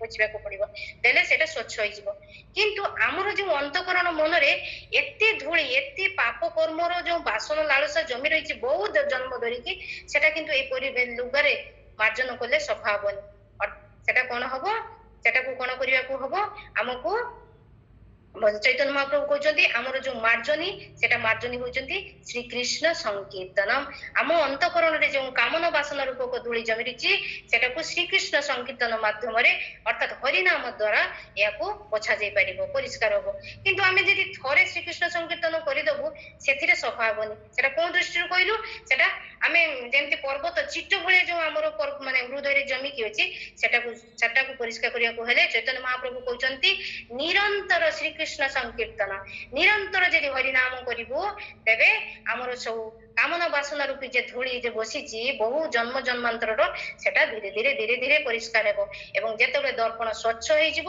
ସେତେବେଳେ ଆମେ ଆମର ପ୍ରତିବିମ୍ବକୁ ଦେଖିପାରିବୁ ଅର୍ଥାତ ଆମେ ଆମ ସ୍ୱରୂପକୁ ଦେଖିପାରିବୁ ଆମର ସ୍ୱରୂପ କଣ ଭଗବାନଙ୍କର ଧାମ ଭଗବାନଙ୍କର ରୂପ ଗୁଣ ଲୀଳାକୁ ସ୍ପଷ୍ଟ ଭାବରେ ଦେଖିପାରିବୁ ଏବଂ ଆମ ଭିତରେ ମଧ୍ୟ ସେଇ ଯେମିତି ଗୋସ୍ୱାମୀ ମାନଙ୍କର ମହାରାଜ ମାନଙ୍କର ଯୋଉ ଅଷ୍ଟସାତ୍ତ୍ୱିକ ବିକାର ଅଛି ସେମିତି ମଧ୍ୟ ଆମେ ଭଗବାନଙ୍କୁ ଆମ ହୃଦୟରେ ଆମେ ତାଙ୍କୁ ହୃଦୟଙ୍ଗମ କରିପାରିବା ତେଣୁ ମହାପ୍ରଭୁ ଶ୍ରୀମାନ ଚୈତନ୍ୟ ମହାପ୍ରଭୁ କହିଛନ୍ତି ଚେତ ଦର୍ପଣ ମାର୍ଜନ ଅର୍ଥାତ ଆମର ଚିତ୍ତ ମନ ରୂପୀ ଦର୍ପଣକୁ ଯେ କାମନା ବାସନା ରୂପୀ ଧୂଳି ଜମିଛି ଏବଂ ଏଇ କାମନା ବାସନା ରୂପୀ ଧୂଳିକୁ ମାର୍ଜନୀ ଦ୍ଵାରା ମାର୍ଜନୀ କିଏ ସେ ହେଉଛନ୍ତି ହରିନାମ ମହାମନ୍ତ୍ର ଶ୍ରୀକୃଷ୍ଣ ସଂକୀର୍ତ୍ତନ ଦ୍ଵାରା ଏହାକୁ ଆମେ ନିର୍ମଳ କରିପାରିବୁ ସ୍ୱଚ୍ଛ କରିପାରିବୁ ଏବଂ ତାପରେ ଭଗବାନଙ୍କୁ ଆମେ ହୃଦୟରେ ଅନ୍ତଃକରଣରେ ଆମେ ତାଙ୍କୁ ହୃଦୟଙ୍ଗମ କରିପାରିବୁ এটা ହେଲା ଚେତ ଦର୍ପଣ ମାର୍ଜନମ ଶ୍ରୀକୃଷ୍ଣ ସଂକୀର୍ତ୍ତନମ ତ ଏଠାରେ ଶ୍ରୀମାନ ଚୈତନ୍ୟ ମହାପ୍ରଭୁ ସଂକୀର୍ତ୍ତନ ୱାର୍ଡ କାହିଁକି ଦେଇଛନ୍ତି କୀର୍ତ୍ତନ କହିଥାନ୍ତେ ତ କୀର୍ତ୍ତନ କାହାକୁ କୁହାଯାଏ ଆମେ ବୁଝିବା କୀର୍ତ୍ତନ ହଉଛି କଣ ଆମେ ଯେତେବେଳେ ନିଜେ ଏକା ଯେତେବେଳେ ଭଗବାନଙ୍କୁ ମାନେ ପୂଜା କରୁ ବା ଜପ କରୁ ବା କୌଣସି ଗୀତ ଗାଉ ଭଗବାନଙ୍କର ଭକ୍ତି ସଞ୍ଜନ ତାକୁ କୁହାଯାଏ କୀର୍ତ୍ତନ କଲେ କଣ ହୁଏ କାହିଁକି ଏଠି ମହାପ୍ରଭୁ କହିଛନ୍ତି ସେ ଜାଣିଛନ୍ତି ଜଡ ଜଗତର ମଣିଷର ଅବସ୍ଥା କେମିତି ତେଣୁ ସେ ଜାଣିଛନ୍ତି ଜଡ ଜଗତରେ ମଣିଷ ଏ ଜୀବକୁ କୋଉ ପ୍ରକାର ରାସ୍ତା ଦେଲେ ସେମାନେ ଉଦ୍ଧାର ପ୍ରାପ୍ତ ହେବେ ତେଣୁ କୀର୍ତ୍ତନର କଣ ହେଇଛି କୀର୍ତ୍ତନ କଲେ ମଣିଷ ଏକା କରୁଛି ତ ଆମେ ଜପ ଯେତେବେଳେ ଏକା କରୁ ସେତେବେଳେ କଣ ହୁଏ ଆମକୁ ଢୁଳ ଆସିଯାଏ ଆଳସ୍ୟ ନିଦ୍ରା ପ୍ରମାଦ ଆସିଯାଏ ନା ଆମେ ସେତେବେଳେ ପାରିଲେ ବି ଜପ ବେଗଟାକୁ ରଖିକି ଆମେ ଶୋଇପଡୁ ଏବଂ କୀର୍ତ୍ତନରେ ଏଇଟା ହୁଏ କଣ ଆମର ସମ୍ପୂର୍ଣ୍ଣ ଫ୍ରିଡମ ଥାଏ ସେତେବେଳେ ଆମେ କାହାର ମାନେ ଆମକୁ ଭୟ ନଥାଏ ଆମେ କୀର୍ତ୍ତନ କରୁଛୁ ଇଚ୍ଛା ହେଲେ କରୁଛୁ ଇଚ୍ଛା ନହେଲେ ଆମେ ତାକୁ ଶୋଇ ପଡୁଛୁ ବା ଆମେ ଅନ୍ୟ ମନଟା ଚଞ୍ଚଳ ଥାଏ କୌଣସି କ୍ଷୀର ଆମେ ବସେଇଛୁ ବା ଲୁଗା କୌଣସି ଆମ ମନ ଉଦ୍ବିଗ୍ନ ଥାଏ ସେତେବେଳେ ଆମେ ଦୌଡ଼ିକି ସେ କାମକୁ ଛାଡିକି ଆମେ କୀର୍ତ୍ତନକୁ ଛାଡିକି ଅନ୍ୟ କାମକୁ ପଡିଯାଉ କିନ୍ତୁ ସଂକୀର୍ତ୍ତନ କଣ ସଂକୀର୍ତ୍ତନ ସଙ୍ଗରେ କୀର୍ତ୍ତନ ଅର୍ଥାତ ଆମେ ଯଦି ସାଥିରେ କୀର୍ତ୍ତନ କରିବା ସେତେବେଳେ ଆମର ପ୍ରଥମ ପଏଣ୍ଟ ହଉଛି ଆଳସ୍ୟ ନିଦ୍ରା ପ୍ରମାଦ ଚାଲିଯିବ ଆମର ସତ୍ସଙ୍ଗୀତ ଯେମିତି ଆମର ଗୋପୀନାଥ ମନ୍ଦିରରେ ଯେତେବେଳେ ଆମେ କୀର୍ତ୍ତନ ହୁଏ ଯେତେବେଳେ ଭୋଗ ଆରତି ହୁଏ ସେତେବେଳେ ଦେଖିବେ ଆମେ ଯେତେବେଳେ ସଂକୀର୍ତ୍ତନ ସମସ୍ତେ ମିଶି ସଂକୀର୍ତ୍ତନ କରନ୍ତି କଣ ହୁଏ ଆମ ଭିତରେ ଉତ୍ସାହ ଜାତ ହୁଏ ଜଣେ କୀର୍ତ୍ତନ କରୁଛି ଆମେ ବି ସେମିତି ନାଚୁ ଆମେ ବି ଭଗବାନଙ୍କର ଗୀତ ଗାଉ ଖୁବ ଜୋରରେ ଏହା ଦ୍ୱାରା କଣ ହୁଏ ଶ୍ରବଣ କୀର୍ତ୍ତନ ଏବଂ ସ୍ମରଣ ଏଇ ତିନୋଟି କାମ ହୁଏ ସଂକୀର୍ତ୍ତନରେ ସ୍ମରଣ ଶ୍ରବଣ କୀର୍ତ୍ତନ ଏବଂ ସ୍ମରଣ ହୁଏ ଆଉ କଣ ହୁଏ ଯେ ଆମ ଚତୁଃପାର୍ଶ୍ୱରେ ଯୋଉ ଜୀବ ରୁହନ୍ତି ନା ବୃକ୍ଷ ଲତା ଜୀବ ଅଣୁ ମାନେ ଯେଉଁ ଜୀବ ଅଛି ସେମାନେ ବି ମଧ୍ୟ ଏଇ ହରିନାମ ସଂକୀର୍ତ୍ତନକୁ ଶୁଣି ତାଙ୍କର ମଧ୍ୟ ଉଦ୍ଧାର ହେଇଥାଏ ସେମାନେ ମଧ୍ୟ ପରମ ଧାମକୁ ପ୍ରାପ୍ତ ହୋଇପାରନ୍ତି ଏଇଟା ହଉଛି ସଂକୀର୍ତ୍ତନର ମହତ୍ଵ ଆଉ ଗୋଟେ କଣ ହଉଛି ସଂକୀର୍ତ୍ତନ କଲେ ଆମେ କଣ ହୁଏ ସମସ୍ତେ ଆ ବାଳ ବୃଦ୍ଧ ବନିତା ସମସ୍ତେ ଏକା ସାଙ୍ଗରେ ଏତେ ଉତ୍ସାହ ଜାତ ହୁଏ ଏତେ ଉତ୍ସାହ ଯାଏ ସେତେବେଳେ ଗୋପୀନାଥଙ୍କ ଉପରେ ଆମର ହୃଦୟ କେନ୍ଦ୍ରୀଭୂତ ହୁଏ ସେଥିପାଇଁ ଶ୍ରୀମାନ ଚୈତନ୍ୟ ମହାପ୍ରଭୁ ସଂକୀର୍ତ୍ତନ କଥା କହିଛନ୍ତି ଶ୍ରୀକୃଷ୍ଣ ସଂକୀର୍ତ୍ତନ ଚିତ୍ତ ରୂପୀ ଦର୍ପଣକୁ ମାର୍ଜନ କରିବାକୁ ହେଲେ ଶ୍ରୀକୃଷ୍ଣ ସଂକୀର୍ତ୍ତନ ର ପ୍ରୟୋଜନ ଅର୍ଥାତ୍ ହରିନାମର କୀର୍ତ୍ତନ ଆମେ ସମବଦ୍ଧ ହେଇ ଯଦି ହରିନାମ କରିବା ତେବେ ଆମେ ଏଇ ଆମର ଚିତ୍ତ ଶୁଦ୍ଧ ହବ। ସେଥିପାଇଁ ତ ପ୍ରଭୁପାଦ କହିଛନ୍ତି ନା 24 ଘଣ୍ଟା ମଧ୍ୟରେ ଆମେ 2 ଘଣ୍ଟା ସଂକୀର୍ତ୍ତନ କରିବା, ଜପ କରିବା, ସଙ୍ଗରେ ବସିକି ଜପ କରିବା, ଯୋଉଟା କି ଆମେ ଏ ଗୁଗୁଲ ମିଟ୍ ଦ୍ୱାରା ଆମେ ଉପକୃତ ହେଇପାରିଛୁ। ତାପରେ ଏଟା ଗଲା ଚେତ ଦର୍ପଣ ମାର୍ଜନମ ଶ୍ରୀକୃଷ୍ଣ ସଂକୀର୍ତ୍ତନ ପ୍ରଥମ ବିଶେଷତା। ଦ୍ୱିତୀୟ ବିଶେଷତା କଣ? ଭବ ମହାଦାବାଗ୍ନି ନିର୍ବାପଣମ ଶ୍ରୀକୃଷ୍ଣ ସଂକୀର୍ତ୍ତନମ। ଭବ ଅର୍ଥାତ୍ ଏଇ ଭବ ଶ୍ରୀ ସୁଖଦେବ ଗୋସ୍ୱାମୀ ଶ୍ରୀମଦ୍ ଭାଗବତମରେ ଭବର ପରିଭାଷା ଦେଇଛନ୍ତି। ଭବ କାହାକୁ କୁହାଯାଏ? ଭବ ହଉଛି କଣ? ଯୋଉଠାରେ ମାନେ ଏଇ ପ୍ରକୃତିରେ ଜନ୍ମ, ପାଳନ ଏବଂ ମୃତ୍ୟୁ ନିରନ୍ତର ଏଇ ପ୍ରକ୍ରିୟା ଚାଲି ରହିଛି। ଜନ୍ମ, ପାଳନ ଏବଂ ମୃତ୍ୟୁ। ଜନ୍ମ ନିରନ୍ତର ହଉଛି, ପାଳନ ନିରନ୍ତର ହଉଛି ଏବଂ ପ୍ରଳୟ ବି ନିରନ୍ତର ହଉଛି। ଏଇ ଯେ ସୃଷ୍ଟିର ଏଇ ଯେ 3ଟି ପ୍ରକ୍ରିୟା ଚାଲି ରହିଛି, ଏଇ ଯେ 3ଟି ପ୍ରକ୍ରିୟାକୁ ଏକା ମାନେ ସମୂହ ଭାବରେ ତାକୁ କୁହାଯାଏ ଭବ। ସୁଖଦେବ ଗୋସ୍ୱାମୀ ଭାଗବତରେ ବର୍ଣ୍ଣନା କରିଛନ୍ତି ଏବଂ ସେ ଭବକୁ କଣ ସହିତ କାହା ସହିତ ତୁଳନା କରିଛନ୍ତି? ଭବାଟବୀ, ଅଟବୀ ମାନେ କଣ? ଜଙ୍ଗଲ। ତେଣୁ ସୁଖଦେବ ଗୋସ୍ୱାମୀ ଏଠାରେ ଭବକୁ ମାନେ ପୃଥିବୀକୁ ଏଇ ପ୍ରକୃତିକୁ ଭବାଟବୀ କହିଛନ୍ତି ଅର୍ଥାତ୍ ଏକୁ ଅରଣ୍ୟ ସହିତ ତୁଳନା କରିଛନ୍ତି। କେମିତି, କାହିଁକି କହିଛନ୍ତି? ଜଗତରେ ଏଇ ଜଳ ଜଗତରେ ଜୀବ କଣ ହଉଛି, ଏଇ ମନୁଷ୍ୟ କଣ କରୁଛି? ଯେମିତି ଜଙ୍ଗଲର ଅରଣ୍ୟରେ ଜୀବ କଣ କରେ, ଯେ ବାଘ ହଉ, ସିଂହ ହଉ, ଯେ କୌଣସି ପଶୁ ସେ ତାର ଖାଦ୍ୟ ଅନ୍ୱେଷଣ କରିବା ପାଇଁ ସେ ତାର ଗୁଫାରୁ ବାହାରିକି ସେ ଚାଲିକି ଯାଏ ଏବଂ ତାର ଖାଦ୍ୟକୁ ଅନ୍ୱେଷଣ କରେ ଏବଂ ସେ ଯୋଉ ଚଲାବାଟଟା ତିଆରି କରେ ସେଟା ହଉଛି ସରୁ ପଗଦଣ୍ଡି ଯାଏ। ନିଜେ ଏକା ପଶୁମାନେ ଚାଲି ଏକ ସରୁ ରାସ୍ତା କରନ୍ତି ଏବଂ ସେମାନେ ଖାଦ୍ୟକୁ ସେମାନେ ଶିକାର କରି ପୁଣି ଗୁମ୍ଫାରେ ଯେତେବେଳେ ପ୍ରବେଶ କରନ୍ତି ସେତେବେଳେ ସେ ରାସ୍ତା ଗୋଟେ ସରୁ ରାସ୍ତା ହେଇଯାଏ ତାର ଗୁମ୍ଫାକୁ। କିନ୍ତୁ ଯେତେବେଳେ ସେଇ ଜୀବ ଯେତେବେଳେ ମାନେ ମନୁଷ୍ୟ ଯେତେବେଳେ ସେଇ ରାସ୍ତାରେ ଚାଲେ ସେତେବେଳେ ସେ ଯେତେବେଳେ ସେଇ ପଗଦଣ୍ଡିକୁ ଧରିକି ଯିବ, ସେ ସରୁ ରାସ୍ତାକୁ ପଗଦଣ୍ଡି କହୁଛୁ, ସେ ପଗଦଣ୍ଡିରେ ଯେତେବେଳେ ଯିବ ସେତେବେଳେ ସେ କଣ ଯିବ? ସେ ଖୁଙ୍ଖାର ଜୀବଙ୍କ ମୁହଁରେ ପଡିଯିବ। ତ ଏଠାରେ ସୁଖଦେବ ଗୋସ୍ୱାମୀ କହୁଛନ୍ତି ସଂସାର ରୂପୀ ଅରଣ୍ୟରେ ଆମେ କଣ ହଉଛୁ? ପଗଦଣ୍ଡିରେ ଚାଲୁଛି ଜୀବ ମାନେ। ଅର୍ଥାତ୍ ଆମେ ଛୋଟ ଛୋଟ ଧର୍ମକୁ ବିଶ୍ୱାସ କରି ବାପ ଉପରେ ନିର୍ଭର କରୁଛୁ ଏବଂ ଆମର ମାନେ ଯୋଉ ସାମୂହିକ ଦୁଃଖକୁ ନିର୍ବାପନ କରିବା ପାଇଁ ତାଙ୍କ ପାଖକୁ ଯାଉଛୁ ଏବଂ ସେମାନେ ଆମକୁ ବିଭିନ୍ନ ପ୍ରକାର ଉପାୟ ଦେଇକି ଆମକୁ ବିଭ୍ରାନ୍ତ କରୁଛନ୍ତି। ତେଣୁ ସୁଖଦେବ ଗୋସ୍ୱାମୀ କହୁଛନ୍ତି ଜଙ୍ଗଲର ପଗଦଣ୍ଡିରେ ନ ଚାଲି ରାଜମାର୍ଗକୁ ଧାରଣ କର। ସେ ରାଜମାର୍ଗ କଣ? ସେ ରାଜମାର୍ଗ ହଉଛି ମହାଜନ ଏବ ଗତସ୍ୟ ପନ୍ଥା। ମହାଜନ ମାନେ ଯୋଉ ଆମକୁ ପନ୍ଥା ଦେଇଛନ୍ତି, ମହାଜନ ମାନେ ଯୋଉ ଆମକୁ ମାର୍ଗଦର୍ଶନ କରିଛନ୍ତି ରାଜମାର୍ଗ, ସେଇ ରାଜମାର୍ଗରେ ଯଦି ଆମେ ଚାଲିବା ତେବେ ଆମେ ଲକ୍ଷ୍ୟ ସ୍ଥଳରେ ପହଞ୍ଚି ପାରିବା। ତ ସେ ଲକ୍ଷ୍ୟ ସ୍ଥଳ କଣ? ସେ ଲକ୍ଷ୍ୟ ସ୍ଥଳ ହଉଛି ଭଗବତ ପ୍ରାପ୍ତି। ତେଣୁ ମାନେ ଭବାଟବୀ ଅର୍ଥାତ୍ ସୁଖଦେବ ଗୋସ୍ୱାମୀ ଭବକୁ ଅଟବୀ କହିଛନ୍ତି ଏଥିପାଇଁ। ଜଙ୍ଗଲ କାହିଁକି କହିଛନ୍ତି? ଆମେ ଯେଉଁ ବିଭିନ୍ନ ଛୋଟ ବଡ ଧର୍ମକୁ ଆଚରଣ କରି ଆମେ ନିଜେ ଉଦ୍ଭ୍ରାନ୍ତ ହଉଛୁ, ସେ ସବୁକୁ ନ କରି ଆମେ ଯଦି ରାଜମାର୍ଗକୁ ଧାରଣ କରୁ ତେବେ ଆମେ ଲକ୍ଷ୍ୟ ସ୍ଥାନରେ ପହଞ୍ଚିବା। ସେଥିପାଇଁ ସେ ଭବାଟବୀ କହିଛନ୍ତି। କିନ୍ତୁ ଏଇ ଶ୍ଲୋକରେ ମହାପ୍ରଭୁ ଆମେ କାହିଁକି ଭବାଟବୀର ଉଦାହରଣ ଦେଲୁ ଏହାପରେ ଆମେ ଜାଣିବୁ। ଚୈତନ୍ୟ ମହାପ୍ରଭୁ ଏଠାରେ ଭବସାଗରକୁ ମହାଦାବଗ୍ନି ବୋଲି କହିଛନ୍ତି। ତେଣୁ ମହାଦାବାଗ୍ନିକୁ ବୁଝିବାକୁ ହେଲେ ଦାବାଗ୍ନିକୁ ବୁଝିବାକୁ ହେବ। ତେଣୁ ଦାବାଗ୍ନିକୁ ବୁଝିବାକୁ ହେଲେ ଜଙ୍ଗଲକୁ ଜାଣିବାକୁ ପଡିବ। ତେଣୁ ଦାବାଗ୍ନି କିଏ? ଦାବାଗ୍ନି ହଉଛି ଏମିତି ଜିନିଷ, ଦାବାଗ୍ନି ହଉଛି ବଣରେ ଯେତେବେଳେ ନିଆଁ ଲାଗେ ତାକୁ ଦାବାଗ୍ନି କୁହନ୍ତି। ତେଣୁ ଦାବାଗ୍ନିକୁ ଜାଣିଲେ ଆମେ ମହାପ୍ରଭୁଙ୍କର ଏଇ ଯେ ଭବସାଗରକୁ କାହିଁକି ମହାଦାବାଗ୍ନି କହିଛନ୍ତି ସେଇଟା ଆମେ ଜାଣିପାରିବା। ତେବେ ବର୍ତ୍ତମାନ ଆମେ ଦାବାଗ୍ନି ବିଷୟରେ ଜାଣିବା। ଦାବାଗ୍ନି କଣ? ଦାବାଗ୍ନି ହଉଛି ଦାବାଗ୍ନିର 6ଟି ବିଶେଷତା ଅଛି। ଦାବାଗ୍ନି କଣ କରେ? ପ୍ରଥମ ପଏଣ୍ଟ, ଦାବାଗ୍ନି କଣ କରେ? ଯେ ଜଙ୍ଗଲରେ ନିଆଁ ମାନେ ଜଙ୍ଗଲରେ ଯେତେବେଳେ ନିଆଁ ଲାଗେ, ପ୍ରଥମ ବିଶେଷତା, ଜଙ୍ଗଲରେ ଯେତେବେଳେ ନିଆଁ ଲାଗେ ଜଙ୍ଗଲରେ ନିଆଁ କେହି ଲଗାଇ ଦିଅନ୍ତି ନାହିଁ। ଦାବାଗ୍ନି ଜଙ୍ଗଲର ନିଆଁ କେହି ଲଗାଇ ଦିଅନ୍ତି ନାହିଁ, ସେଟା କଣ ହୁଏ? ଆପେ ଆପେ ଜଳିଥାଏ। ପ୍ରଥମ ପଏଣ୍ଟ। ସେକେଣ୍ଡ ପଏଣ୍ଟ, ଜଙ୍ଗଲରେ ଯେ ନିଆଁ ଯୋଉ ଜଳେ ତାଣ୍ଡବଟା ହୁଏ ସେଥିରେ ପଶୁ ପକ୍ଷୀ ମାନେ ମରିଯାଆନ୍ତି। ତ କୋଉ ଉପାଦାନରେ ସେମାନେ କଷ୍ଟ ପାଆନ୍ତି? ନିଆଁର ତାପ ମାନେ ତାର ମାନେ ସେମାନେ ଜୀବଜନ୍ତୁ ମାନେ କଷ୍ଟ ପାଇବାର ଯୋଉ ଉପାଦାନଟା ହଉଛି ଅଗ୍ନି। ଆଉ ଜଙ୍ଗଲରେ ଯେତେବେଳେ ନିଆଁଟା ଜଳୁଛି ଯୋଉ ଭୂମିରେ ଯୋଉ ସରୀସୃପ କୁହନ୍ତୁ, ପଶୁ, ବାଘ, ସିଂହ, ହରିଣ, ଖରଗୋଶ ଯେମିତି ପଶୁ ମାନେ ଅଛନ୍ତି ସେମାନେ ଦୌଡ଼ିକି କେତେ ଦୂର ଯିବେ? ସେମାନେ ହଉଛି ଭୂମିରେ ବନ୍ଧା। ସେମାନେ ଦୌଡ଼ିବେ ତ ସେ ଭୂମି ଉପରେ ଦୌଡ଼ିବେ ନା, କିନ୍ତୁ ଯେତେବେଳେ ଦାବାଗ୍ନି ଲାଗିଯାଏ ସବୁକୁ ଜାଳି ପୋଡ଼ି ପାଉଁଶ କରିଦିଏ, ତେଣୁ ସେମାନେ ବଞ୍ଚି ପାରନ୍ତି ନାହିଁ, ସମସ୍ତେ ମରିଯାଆନ୍ତି। ତାପରେ ଚତୁର୍ଥ ପଏଣ୍ଟ ହଉଛି ଦାବାଗ୍ନିର ଚତୁର୍ଥ ବିଶେଷତା ହଉଛି ଦାବାଗ୍ନି ଯେତେବେଳେ ଲାଗେ ମାନେ ଭୂମି ଉପରେ ଯୋଉମାନେ ବାସ କରନ୍ତି ସିନା ମରିଯାଆନ୍ତି, କିନ୍ତୁ ଆକାଶ ମାର୍ଗରେ ଯୋଉମାନେ ଉଡନ୍ତି ଯଥା ପକ୍ଷୀ ମାନେ ସେମାନେ କିଛି ମାତ୍ରାରେ ବଞ୍ଚିଯାଆନ୍ତି, ଯେମିତି ଶାଗୁଣା, ଚିଲ, ଗରୁଡ, ଏଇ ପକ୍ଷୀ ମାନଙ୍କୁ ନିଆରା ଝାସ ଲାଗେ ନାହିଁ, ମାନେ କିଛି ମାତ୍ରାରେ ସେମାନେ ବଞ୍ଚିଯାଆନ୍ତି। ତାପରେ ଜଙ୍ଗଲରେ ଯେତେବେଳେ ଦାବାଗ୍ନି ଲାଗେ ମାନେ ଅଗ୍ନି ଲାଗେ ସେତେବେଳେ ଜଙ୍ଗଲ କଣ କରେ, ସେ ମଣିଷ ଚାହିଁଲେ ବି ତାକୁ ଲିଭେଇ ପାରେନି। ଆମେ ଯେମିତି ଆମାଜନ ଜଙ୍ଗଲରେ ଲାଗିଥିଲା, ଅଷ୍ଟ୍ରେଲିଆର ଜଙ୍ଗଲରେ ଲାଗିଥିଲା 10 ବର୍ଷ ଧରିକି, ମାନେ ଗୋଟେ ବର୍ଷ ଧରିକି କଣ୍ଟିନ୍ୟୁଅସ୍ ଚାଲିଥିଲା, କିନ୍ତୁ ତାକୁ କେହି ଲିଭେଇ ପାରିନାହାନ୍ତି।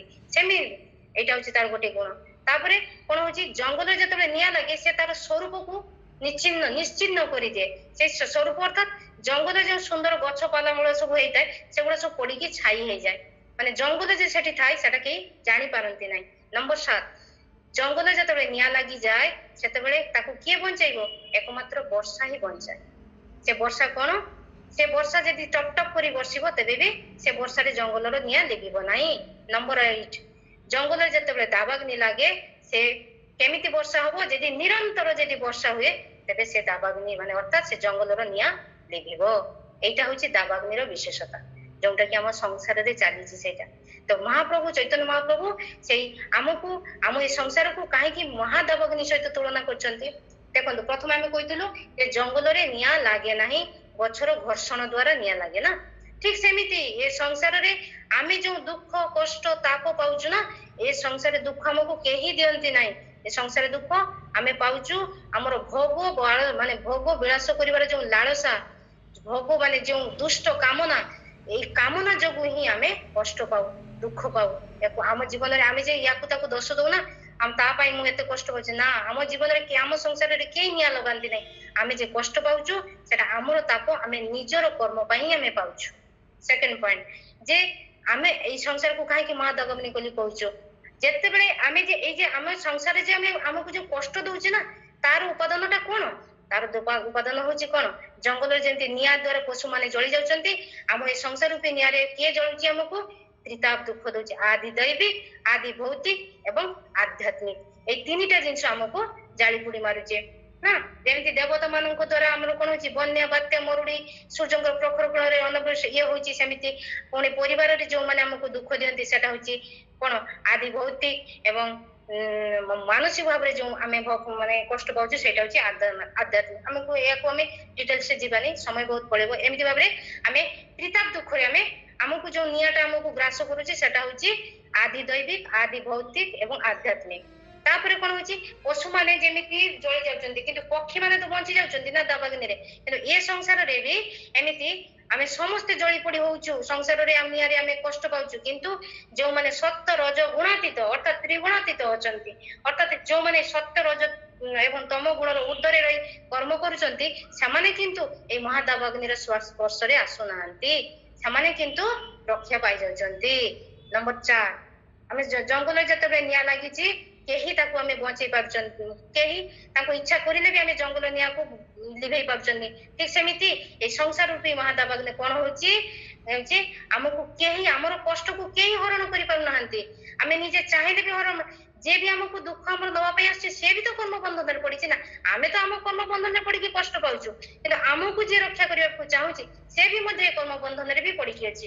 ଯେମିତି ଏକ୍ସାମ୍ପଲ କଣ, ଯେମିତି ଗୋଟେ ମା ତାର ସନ୍ତାନକୁ ଅସୁସ୍ଥ ହେଇଛି ତାକୁ ଡକ୍ଟର ପାଖକୁ ନେଇ ଯାଉଛନ୍ତି, ତାଙ୍କୁ ମେଡିସିନ ଦଉଛନ୍ତି, ସବୁ ଠିକ ଅଛି, ସେ ରୋଗରୁ ନିରାକରଣ ହଉଛି, କିନ୍ତୁ ତାର କଷ୍ଟକୁ ତ ସେ ନେଇ ପାରୁନାହିଁ ନା, କାରଣ ମା ବି ତ ନିଜେ ରୋଗରେ ଗ୍ରସ୍ତ ବି ହେଉଛି ନା। ସେତେବେଳେ ଆମେ ଯେତେବେଳେ ସ୍ୱୟଂ ଯେତେବେଳେ କର୍ମ ବନ୍ଧନରେ ପଡିଛୁ ତେବେ ଅନ୍ୟକୁ କେମିତି ରକ୍ଷା କରିପାରିବୁ, ସେମିତି ଜଙ୍ଗଲରେ ନିଆଁକୁ କେହି ଲିଭେଇ ପାରନ୍ତି ନାହିଁ।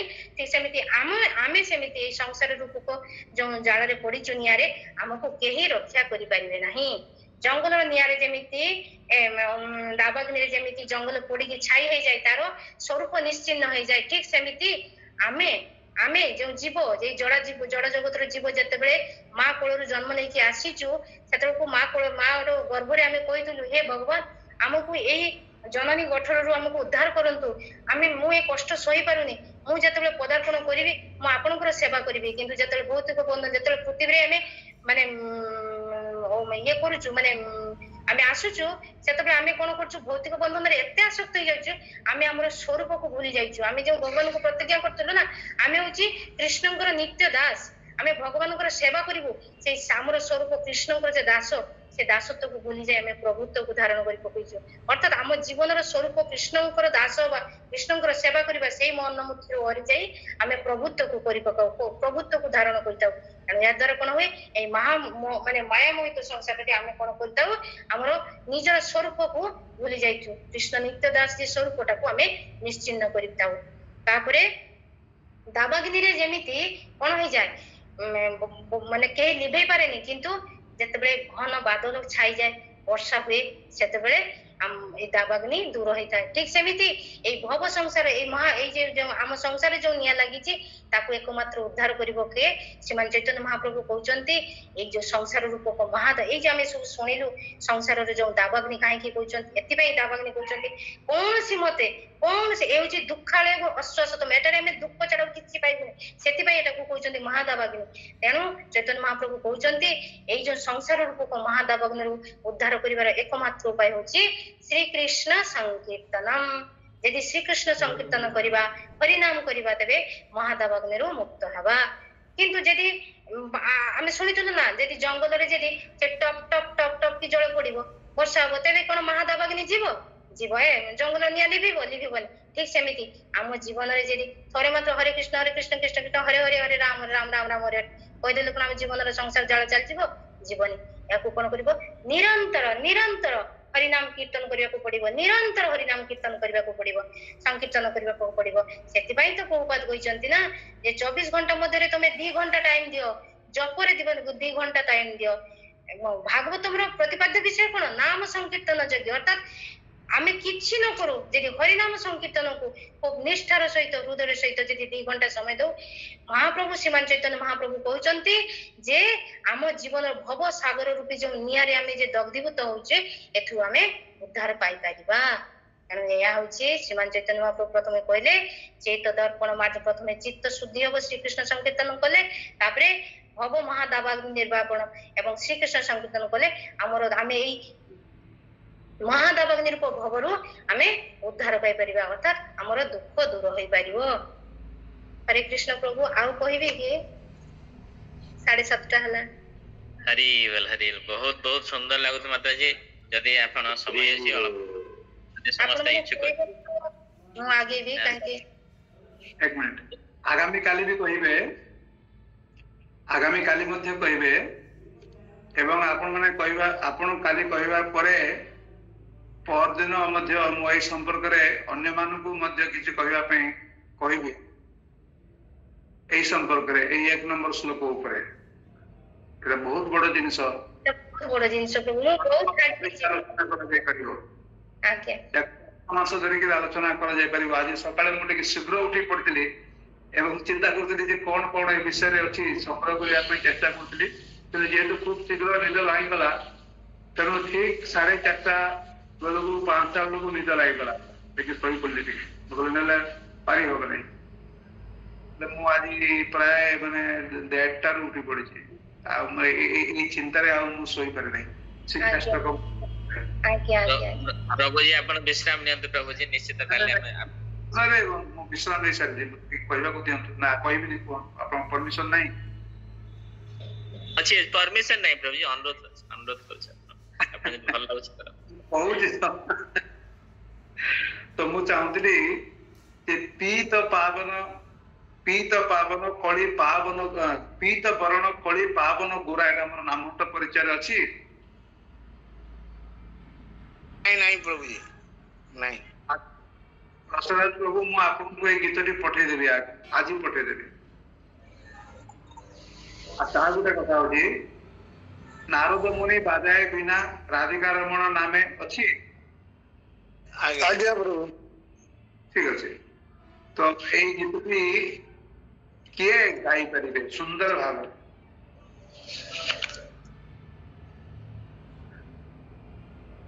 आगामी काली मु ब्रजलक्ष्मी माताजी एवं ब्रज बिहारिणी माताजी अच्छा आज ब्रज बिहारिणी माताजी गीत गाई पारे कि नारद मुनि बजाय बिना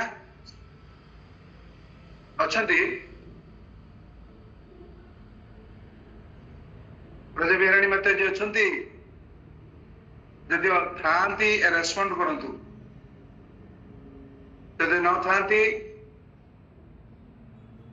किसी कहबार नहीं चांस गला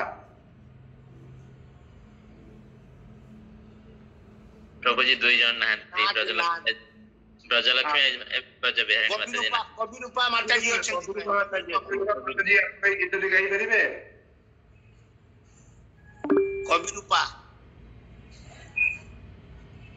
एवं गोपाल कृष्णकर माताजी अच्छा गोपाल कृष्ण माताजी ना गोपाल कृष्ण को किए गाइबे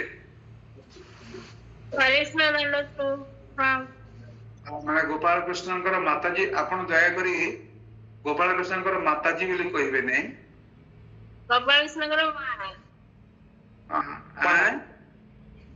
नहीं गोपाल कृष्णकर मां माने गोपाल कृष्ण प्रभु को मां की आपण हां हां ताले माताजी ठीक अछि अनेक समय निजर स्त्री मान को मध्य भक्त माने माताजी बोली कहते एटा कहबा गोपाल कृष्ण प्रभु हम छुआ आपण छुआ ताले ठीक ताले आपण बहुत ठीक अछि ताले खूब बढ़िया ताले माताजी शब्द प्रयोज्य हो आपण माने अनेक समय कहती जे से फॉर एग्जांपल भक्त प्राण श्याम प्रभुंकर माताजी माने नवनीता देवी दासी नवनीता देवदास तो प्रभुपाद कहते बंगाल में एक पागल है जो कि अपने स्त्री को मां बुलाती है नाम कोई भी नहीं जाए होना कहीं पहले घटना जाए ताले माताजी आपण गाँ मु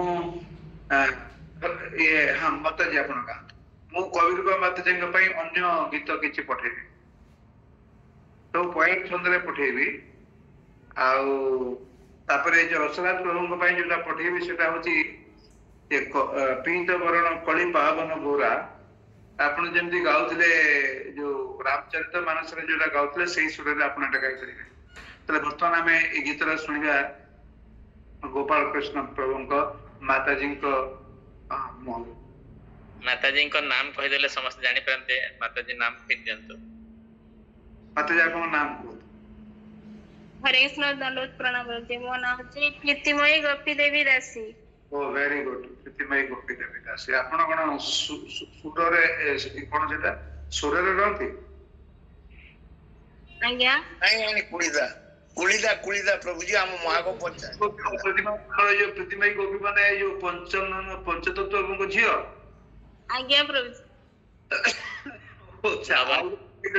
आउ जने अछंती से स्वर मंदिर साथरे युक्त मु अनेक समय बोली जाए ओके गोपिका से गोपिका देवी देश ठीक है ओके ओके स्टार्ट करो के गीत लगानी आज्ञा के गीत ना ए जोटा ये नारद मुनि बाजाए बिना बहु आउ गोटे गीत हां ना गोटे भी रही किशोर ओने आउ गोटे गीत होने होने ना मो गीत सुनिया को चाहने माने मु ए संपर्कित कोन से गीत मते सुनिया को चाह नारद मुनि हां ना गोटे भी देख ना नामटर गीत से तो अनेक गीत अछि अलगा कथा कि एटा जदी गाई परिबे गान तो नेलो आपन को अन्य गीत मु पठे देबी जेटा कि ए जो शिक्षा स्तकम रा प्रथम श्लोक ऊपर आधारित आपण आगामी काल मु आपन अन्य के सुजोग दे कबीर बा मते जी आपण गाई परिबे नारद मुनि बाजाय बिना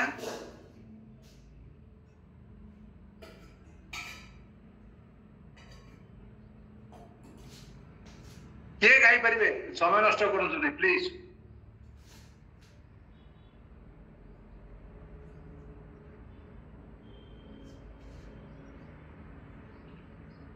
रेणुका माता जी गाइपारे? अरे why are you wasting time?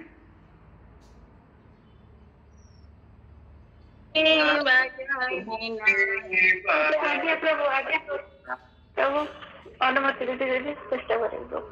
आज्ञा प्रभु अनुमति देते चेष्टा करेंगे। हाँ चेष्टा करंतु एठु रहि दे कि मो मृदंग किन मो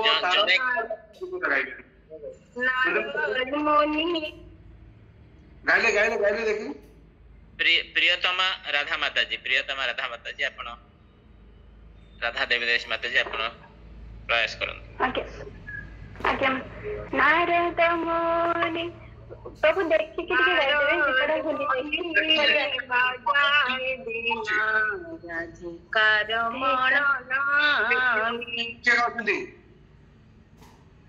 आज्ञा के गोपाल कृष्ण प्रभु को माता जी गाउछंती? आज्ञा हां ठीक अछि, एई सबरा ठीक अछि, आपण गांतु।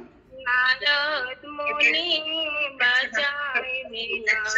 एक सेकंड मु मृदंगटा बजौछि से ताल अनुसार आपण गाइबे, ठीक अछि?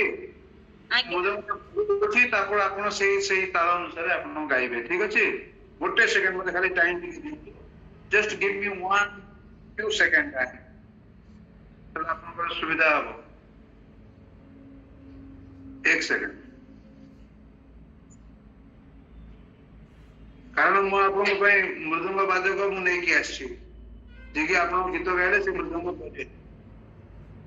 गोटे सेकंड खाली अपेक्षा करन, से आसुची जस्ट आसी तो आसी गले आ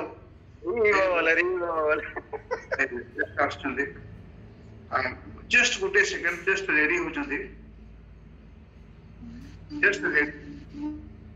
अरे शीघ्र रेडी हुआ, एटा कोन एते करा हो?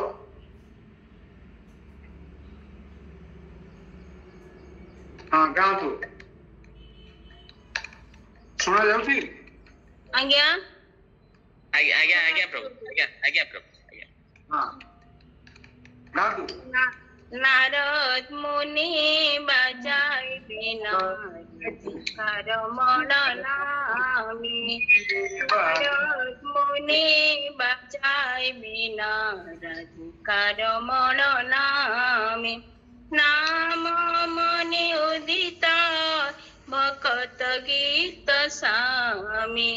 नारद मुनि बजाए बिना राधिकार नामी। नारद मुनि बजाए बिना राधिकार नामी। अमीय धारा बरे से घन श्रवण जुगल किया। अमीय धारा बरी से घन श्रवण जुगल किया। भक्त जन सखने नाचे भरिया पनहिया। भक्त जन सखन नाचे भरिया पनहिया। नारद मुनि बजाए बिना राधिकार नामी।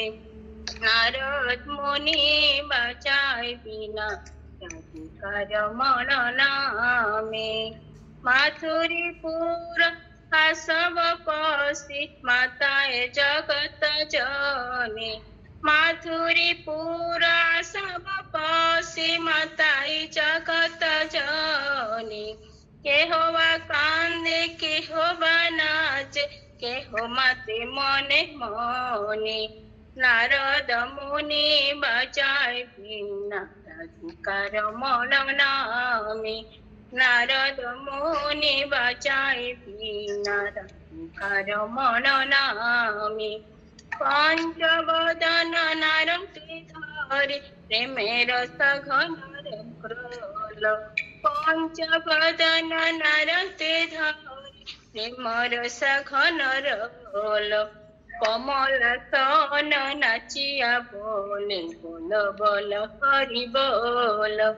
কমলা সন নাচিয়া বলে বল বল হরি বল নারদ মুনি বাজাই বীণা রাধিকার মন নামে নারদ মুনি বাজাই বীণা রাধিকার মন নামে সহস্রাসন পরম সুখে হরি হরি বলে গায় সহস্রাসন পরম সুখে হরি হরি বলে গায় নাম প্রভাবে মাতিল বিশ্ব নাম রস সবে পায় নাম রস নাম প্রভাবে মাতিল বিশ্ব নাম রস সবে পায় নারদ মুনি বাজায় বীণ রাধিকার মন নামে শ্রীকৃষ্ণ নাম রসন স্ফুরি পুরাল আমার আস শ্রীকৃষ্ণ নাম রসন স্ফুরি পুরাল আমার আস ত্রিরূপ পদে যাচয় ইহা ভূপতি বিনোদ দাস শ্রীরূপ পদে যাচয় ইহা ভূপতি বিনোদ দাস নাম নারদ মুনি বাজায় বীণা রাধিকার মন নামে নারদ মুনি বাজায় বীণা রাধিকার মন নামে হরে কৃষ্ণ কৃষ্ণ কৃষ্ণ হরে হরে হরে রাম রাম রাম হরে হরে হরে কৃষ্ণ কৃষ্ণ কৃষ্ণ হরে হরে হরে রাম রাম রাম হরে হরে ମାତାଜୀ ରୁହନ୍ତୁ ଏବେ। ବହୁତ ବହୁତ ଧନ୍ୟବାଦ। କିନ୍ତୁ ମୁଁ ଚାହୁଁଥିଲି ଯେ ସମସ୍ତେ ଏ ତାଳ ଅନୁସାରେ ମାନେ ଆପଣ ତାଳ ସୁରଟା ଠିକ ଧରିଥିଲେ କିନ୍ତୁ ମୃଦଙ୍ଗର ତାଳ ଅନୁସାରେ ଆପଣ ଗାଇ ପାରୁନଥିଲେ, ବୁଝିପାରିଲେ କି? ସେଠି କିଛି ଅସୁବିଧା ନାହିଁ। ଭଗବାନଙ୍କର ଗୀତ ବେତାଳିଆ ଗାଇଲେ ବି କିଛି ଅସୁବିଧା ନାହିଁ ଯେ, କିନ୍ତୁ ଯଦି ତାଳ ସହିତ ଯଦି ଗାଇବେ ତାହେଲେ ଆହୁରି ଶ୍ରୁତି ମଧ୍ୟରେ ଲାଗିବ। ମୁଁ ଏଇଟା କହିବାର ଉଦ୍ଦେଶ୍ୟ ହଉଛି ଯେମିତି ବର୍ତ୍ତମାନ ରେଣୁକା ମାତାଜୀ ବା ରସମୟୀ ତୁଳସୀ ଦେବୀ ଦାସୀ ରସରାଣୀ ତୁଳସୀ ଦେବୀ ଦାସୀ ଯେମିତି ବର୍ତ୍ତମାନ ପ୍ରବଚନ ଦେବା ପାଇଁ ସେ ଅଭ୍ୟାସ କରୁଛନ୍ତି, ପ୍ରବଚନର ଯେମିତି ଗୋଟେ ମହତ୍ଵ ରହିଛି ଠିକ ସେଇଭଳି ଭାବରେ ସଙ୍ଗୀତ ବା ଭଜନ ଗାଇବାର ମଧ୍ୟ ଗୋଟେ ମହତ୍ଵ ରହିଛି ଏବଂ ସଙ୍ଗୀତ ଗାଇବା ଯେମିତି ମହତ୍ଵ ରହିଛି ତାଳ ମାନ ସହିତ ସଙ୍ଗୀତ ଗାଇବାର ମଧ୍ୟ ଆହୁରି ମହତ୍ଵ ରହିଛି।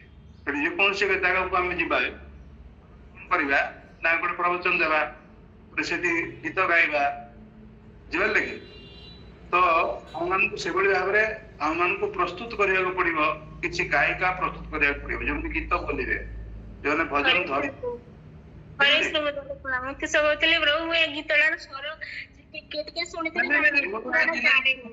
ଦୋଷ ଦଉନି, ମୁଁ ଦୋଷ ନୁହେଁ, ଏଇଟା ଖାଲି ଅଭ୍ୟାସ କରିବା କଥା ମୁଁ କହୁଛି। ଧରି ନିଅନ୍ତୁ ମୁଁ ଗୀତ ଗାଇ ଜାଣିନି କିନ୍ତୁ ଅଲଗା ଗୀତର ମୁଁ ଜାଣେ ଗାଇଥିଲି, ଏଇ ଗୀତର ମୁଁ ସ୍ୱର ସହିତ ଜାଣିନଥିଲି, ଅଲଗା ଗୀତ ମୁଁ ତା ଅନୁସାରେ ଗାଇ ଦଉଛି। ଧରି ନିଅନ୍ତୁ ମୁଁ ଜାଣିନି ତଥାପି ମୁଁ ଗାଇବାକୁ ଚେଷ୍ଟା କରେ, এইটাକୁ ଫଲୋ କରିକିରି ଏଇ ଯୋଉ ତାଳଟାକୁ ଫଲୋ କରିକିରି ନାରଦ ମୁନି ବାଜାଏ ବୀଣା ରାଧିକାର ମନ ନାମେ নারদ মুনি বাজায় বীণা রাধিকার মন নামে নাম মনি উদিত হয় ভগত গীত সামে নারদ মুনি বাজায় বীণা রাধিকার মন নামে অমিয় ধারা পরিষে ঘন শ্রবণ যুগলে গিয়া অমিয় ধারা পরিষে ঘন श्रवण जुगले गिया भक्त जन सघने प्रियापन हिया भक्त जन सघने नाचे भरियापन हिया नारद मुनि बजाए बीना राधिकार मन नामे माधुरी पुर असव पशी माताए जगत जने माधुरी पुर असव पशी माताए जगत जने केह बादे केह नाचे केह माते मने मने नारद मुनि बजाए बिना राधिकार मन नामे नारद मुनि बजाए बिना राधिकार मन नामे। अच्छा मु गाई पारली कि ताल अनुसार मु तो गाइबा लोक नुहे तालटा मिले कि बहुत सुंदर प्रभु बुझिबार लगी तेणु आपण पाखे जदि मृदंग वाला नथिबे तले आपणकर नातीर बा नातुणीर स्त्रीर बा भाईर बा भौणीर गोटे आ गोटे मोबाइल नहीं देवे एवं एटी मृदंग ताल लूप रही मृदंगम लूप्स जेटा कि एटी रही दादरा ताल बुझे ये दादरा ताल जो बजेबे यहाँ आसब आपड़ जब ये गीत गाइबे दादरा ताल गीत गाई पारे तेणु मृदंग वाला भी आप पाखे रहीगला बुझे जस्ट गोटे टिप्स आपको देवे कि मना करेंगे कारण अनेक समय मृदंग वाला था ना तेणु एवं कारण जमी प्रवचकर प्रयोजन जमी रही नामट प्रचार करने आप समस्ते किंतु प्रमिज करके आसछन्ति गुरु महाराज पाख कि आपणकर प्रमिज केमती रक्षा करें से कथा मु आपको साहाय्य करी प्रचार करी आपको प्रचार में साहाय्य करी प्रचार साहाय्य करी बिना प्रवचन रे गोटे प्रचार हम बिना गीत प्रवचन बिना गीत प्रवचन मैंने ये गोटे भल लगे सर्वांग सुंदर हम मझे मझे गीत गाइबे ना परे आगे गीत गाइबे हाँ बिना भल खाई मैंने गोटे जन आम सार कहते कि आज किसी व्यवस्था है सेमिनार कर सब नाई sir a meeting without eating is cheating तेणु कौन से जगह को आप प्रचार जी किसी भल खाଇବା व्यवस्था न थाए मत लोक मैंने चाउल डाली सब्जी दौरान डाल मैंने ये जाल डाली चाउल सब्जी सब व्यवस्था कर दे ना आम तो कहीं रांधिया लोक ना केमती हम सेटा भी दरकार अच्छी आगुरी जड़े जाकि पारुनी गीत भी गाई पारती नहीं रांधि भी पारती नहीं मृदंग भी बजे पारती नहीं करताल भी बजे पारती नहीं हाँ प्रवचन भी दे पारती नहीं बेकार ना बेकार नहंती आज्ञा से बेकार नहंती से आगुरी जाकि जगह परिष्कार करेंगे मशीना पकेबे हाँ एवं समस्त किसी जोगाड़ जंत्र करके रखिए सेटा भी गोटे सेवा इम्पोर्टेंट सेवा बुझे कि अतएव कौन सी व्यक्ति भगवान का प्रचार क्षेत्र में कहीं अपांतेय नुहति हाँ आ किसी लोक भृगु मुनि को भाया घोर घोर लोक मान डाकिक आज अमुक जगह नामट प्रोग्राम अच्छी अमुक जगह आज प्रवचन हम रेणुका माता जी प्रवचन देवे ब्रजबिहारिणी माता जी गीत गाइबे बुझे कि आमर आउ तो प्रभु मृदंग गोपाल प्रभु मृदंग बजेबे बुझे कि आउ एमती सुंदर भाव आज व्यवस्था हम एवं भगवान को आज रांधिबे बुझे कि एवं ये जिनटा को ऑर्गेनाइज करेंगे आम माने देवानंद श्रीपति प्रभु ତେଣୁ ବହୁତ ସୁନ୍ଦର ମନୋରମ ପ୍ରୋଗ୍ରାମ ହବ। ଆପଣମାନେ ସମସ୍ତେ ଆସିବେ, ଲୋକମାନେ ଖୁସି ହେଇକି ଆସିବେ ନା ନାହିଁ ବୁଝିପାରିଲେ କି? ତେଣୁ ଏଇଟା ପ୍ରୟୋଜନ ଅଛି, ଏଇଟା ଗୋଟେ ଘଟଣା। ଆଉ এই সম্পর্কে অনেক চৈতন্য চরিতামৃতরে এবং অন্যান্য জায়গায় সুন্দর সুন্দর গীত গুড়াক রয়েছে।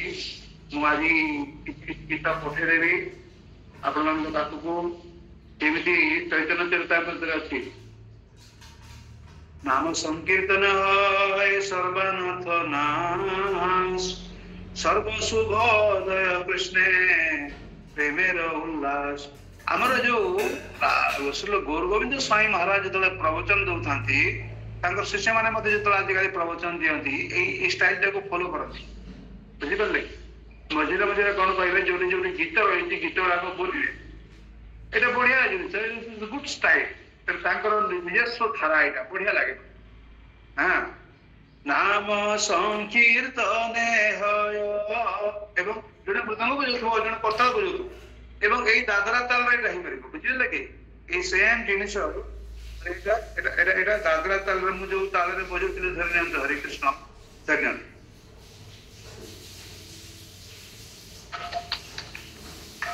এটা ଚାଲିଲ ତ? নাম সংকীর্তনে হয় সর্বানর্থ নাশ, সর্বশুভোদয় কৃষ্ণে পরম উল্লাস, প্রেমের উল্লাস। সংকীর্তন হইতে পাপ সংসার নাশন, চিত্ত শুদ্ধি সর্বভক্তি সাধন উদ্গম। কৃষ্ণ প্রেম প্রেম প্রেম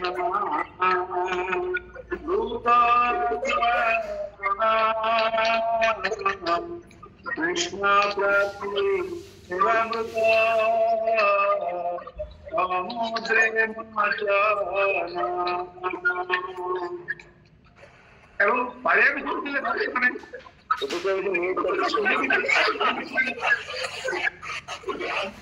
ପାଳିଆ ଦଉଥିଲେ। ତେଣୁ ଆପଣମାନେ ମଧ୍ୟ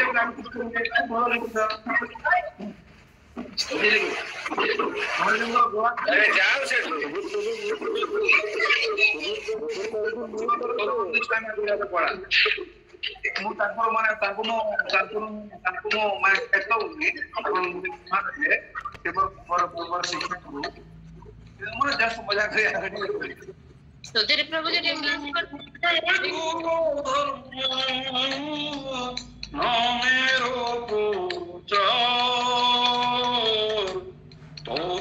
লাগি পিতবর্ণ চৈতন্য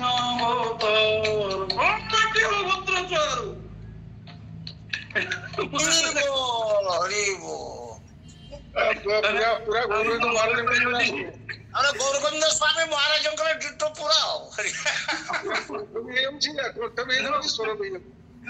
ତେଣୁ ମୋ କହିବା କଥା ହଉଛି ଯେ ଆପଣମାନେ ସମସ୍ତେ ଏଭଳି ଭାବରେ ପ୍ରାକ୍ଟିସ କରନ୍ତୁ, ଗୀତ ବୋଲିବା ମଧ୍ୟ ପ୍ରାକ୍ଟିସ କରନ୍ତୁ। ଆମ ଭିତରେ ସବୁ ଏକ୍ସପର୍ଟ ଅଛନ୍ତି। କବି ରୂପା ମାତାଜୀ ଭଲ ଗୀତ ଗାଇ ପାରନ୍ତି, ବ୍ରଜଭାଇରାଣୀ ମାତାଜୀ ଗାଇ ପାରନ୍ତି, ପ୍ରୀତିମୟୀ ଗୋପିକା ମାତାଜୀ ଗାଇ ପାରନ୍ତି, ଆହୁରି ଅନେକ ଗାଇ ପାରନ୍ତି। ମୁଁ ଆପଣମାନେ ଗାଉଥିଲେ ମୁଁ ଜାଣିନି, କିନ୍ତୁ ଆପଣମାନଙ୍କୁ ଏସବୁ ଦିଗରେ ଆହୁରି ଉତ୍ସାହିତ ହେବାକୁ ପଡିବ।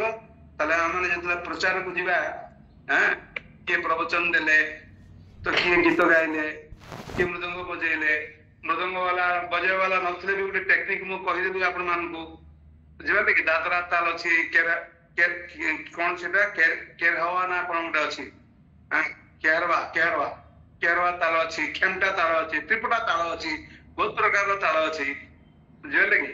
ଆଉ ପ୍ରୀତିମୟୀ କଣ ପ୍ରୀତିମୟୀ ଗୋପିକା ଯଦି ଦାସୀ, ପ୍ରୀତିମୟୀ ଗୋପିକା।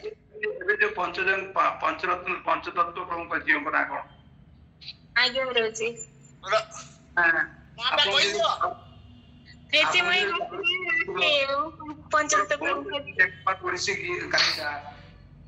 ବୁଝିପାରିଲେ କି? ତାଙ୍କୁ ପଚାରିବେ। ତ ଏଭଳି ଭାବରେ ଆପଣ ମାନେ ମଧ୍ୟ ପ୍ରସ୍ତୁତ କରନ୍ତୁ, ଗୀତ ଗାଇବାଟା ଶିଖନ୍ତୁ। ପ୍ରବଚନ ଦେବା ଶିଖିବାଟା ଯେମିତି ଖୁବ ପ୍ରୟୋଜନ ଅଛି, ଗୀତ ଗାଇବାଟା ମଧ୍ୟ ସେମିତି ପ୍ରୟୋଜନ ଅଛି। ଏବଂ ମୁଁ ଅନେକ ଜିନିଷ ଆଜି ପଠେଇଦେବି। ଆଉ ତାପରେ ଆପଣ ମାନେ ରେଫରେନ୍ସ ପାଇଁ ପରବର୍ତ୍ତୀ କାଳରେ ଯେତେବେଳେ ରସମୟୀ ତୁଳସୀ ମାତାଜୀ, ତୁଳସୀ ରାଣୀ ଦେବୀ ନା ରସରାଣୀ ତୁଳସୀ ମାତାଜୀ, ମୁଁ କିଛି କିଛି ରେଫରେନ୍ସ ଆପଣମାନଙ୍କୁ ପଠେଇଦେବି, ଯୋଉଥିରେ କି ଆପଣଙ୍କ ନାମର ମାହାତ୍ମ୍ୟ, ଯେମିତି ଆପଣ କହୁଥିଲେ ଶ୍ରୀକୃଷ୍ଣ ସଂକୀର୍ତ୍ତନ। ଭଗବାନଙ୍କର ତ ଅନେକ ନାମ ରହିଛି, ନାମକାରୀ ବହୁଧା ନିଜ ସର୍ବଶକ୍ତି। ଭଗବାନ ତାଙ୍କର ସବୁ ନାମରେ, ଭଗବାନଙ୍କର ଅସଂଖ୍ୟ ନାମ ରହିଛି। ଅସଂଖ୍ୟ ନାମ ଭିତରେ ଭଗବାନ ତାଙ୍କର ଅସଂଖ୍ୟ, ରେଣୁକା ମାତାଜୀ ଶୁଣୁଛନ୍ତି ନା? ଲେଫ୍ଟ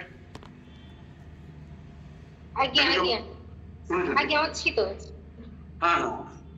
ତେଣୁ କୁହାଯାଉଛି ଯେ ଭଗବାନଙ୍କର ଅନେକ ନାମ ଅଛି, ସହସ୍ର ନାମ ରହିଛି, ନାଇଁ ଅନନ୍ତ ନାମ ରହିଛି।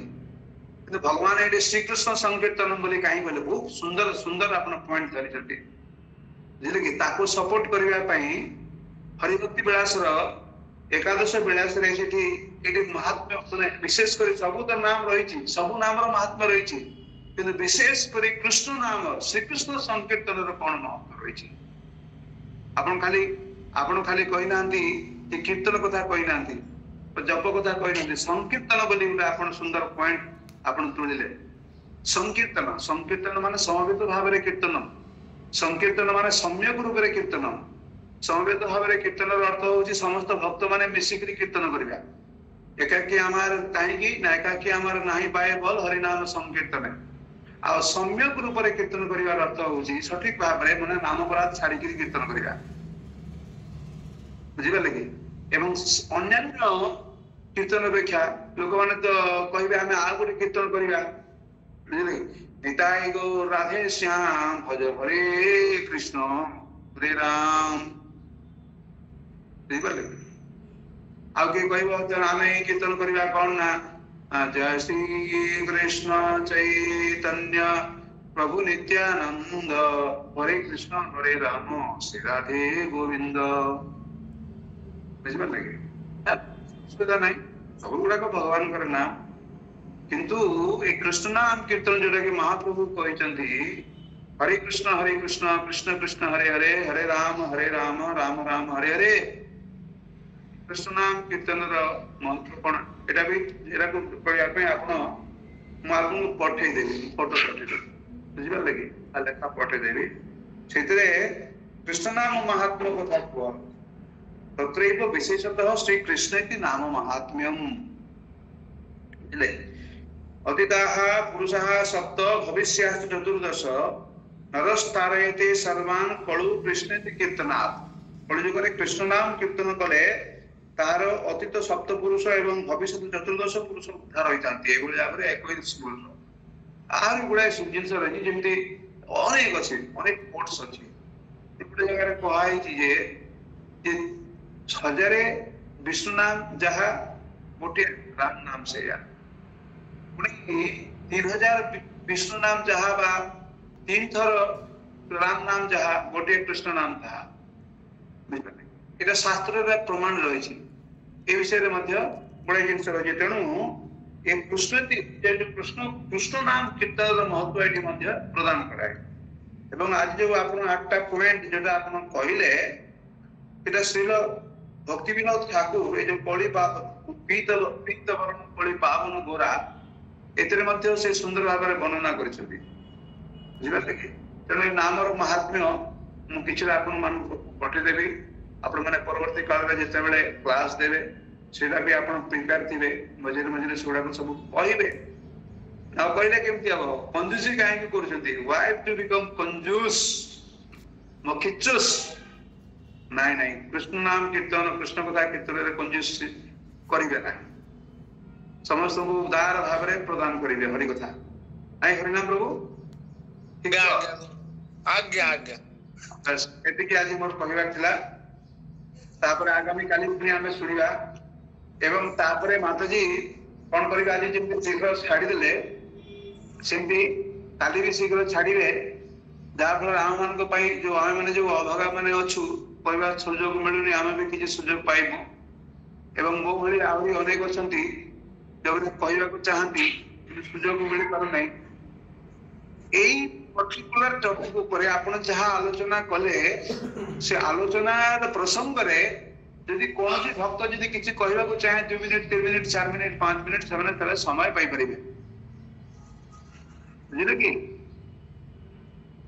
प्रभु 6टा पॉइंट अछि 6टा पॉइंट खाली सरीबो प्रभु के जानी और आउ दी टाइम दिया आपको टाइम चिंता को दिबे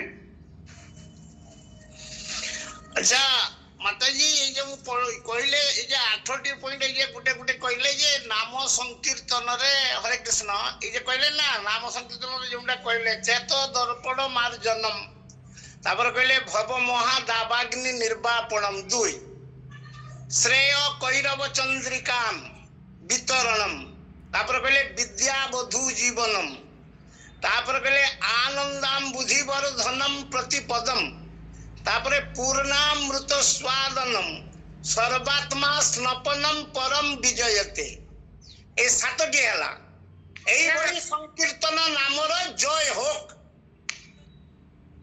एई जो कहला चेतो दर्पण मार्जनम भव महा दावाग्नि निर्वापणम श्रेय कैरव चंद्रिका वितरणम तापर कहले विद्या बधु जीवनम तापर कहते आनंदाम बुद्धि वर्धनम प्रतिपदम पूर्णामृत स्वादनम तापर कहले सर्वात्मा स्नपनम ना एटा दुईटा पॉइंट हे पारे एटा केटा केटा कहले ए जो आनंदाम बुद्धि वर्धनम गोटे पॉइंट हां पूर्णामृत स्वादनम सेटा गोटे पॉइंट एटा किंतु एटा कोर्ट रे एटा हमर एथिरे कहउचंती जो हमर सन्यास मान करिए ई 7टी ऊपर गुरुत्व लई जन नाम एटा मो सुनि दिली प्रभु जी एटा को आपण 8टी भी करि पारंती स्वादनम एटा भी गोटे जिनिस आ वर्धनम तो आपण गुटिया हो पारंती एटा को आपण दीटा करि पारंती हां दीटा हां आ जाए सब ठीक अछि किछि असुविधा नाही आ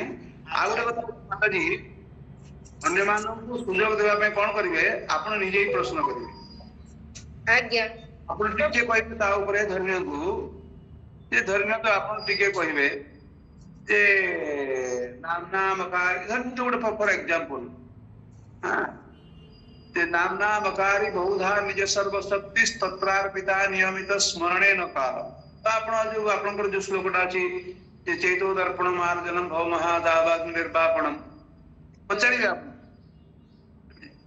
जे आपण माने आपन भितर के कहि परिबे ए जो भवद आवाग्नि किबळी भाबरे भवद आवाग्नि भवाट भी जेमती कहले ए दावाग्नि सदृश केमती आ माने संसार रे जळी पुडी मरु आज्ञा आज्ञा आपण पचारिबे प्रश्न करिवे कोरी थांती प्रभु हठात के आपनकर गीतार मोहि गला से मो ब्रेक हे गला ना ठीक अछि आपण प्रश्न पचारिबे यदि अन्य माने कोन करिवे ना सुजोग देबे कहिया पई से माने किछि कहू जणे सब के कहू अरे बाप रे बाप आ भवाटबी रे कोन होची जे आपण कहले पुनरपि जन्मम पुनरपि मरणम पुनरपि जननी जठरे शयनम हां तो ये पुनरपि जन्मम अरे लोक मान तो जन्म नेला बेल को खुशी कोंती का मां को के मां पेट रे जदी कोन से संतान से आहा से परिवार रो की खुशी आज्ञा इन पेट भीतर जे छुआटा अछि से केते खुशी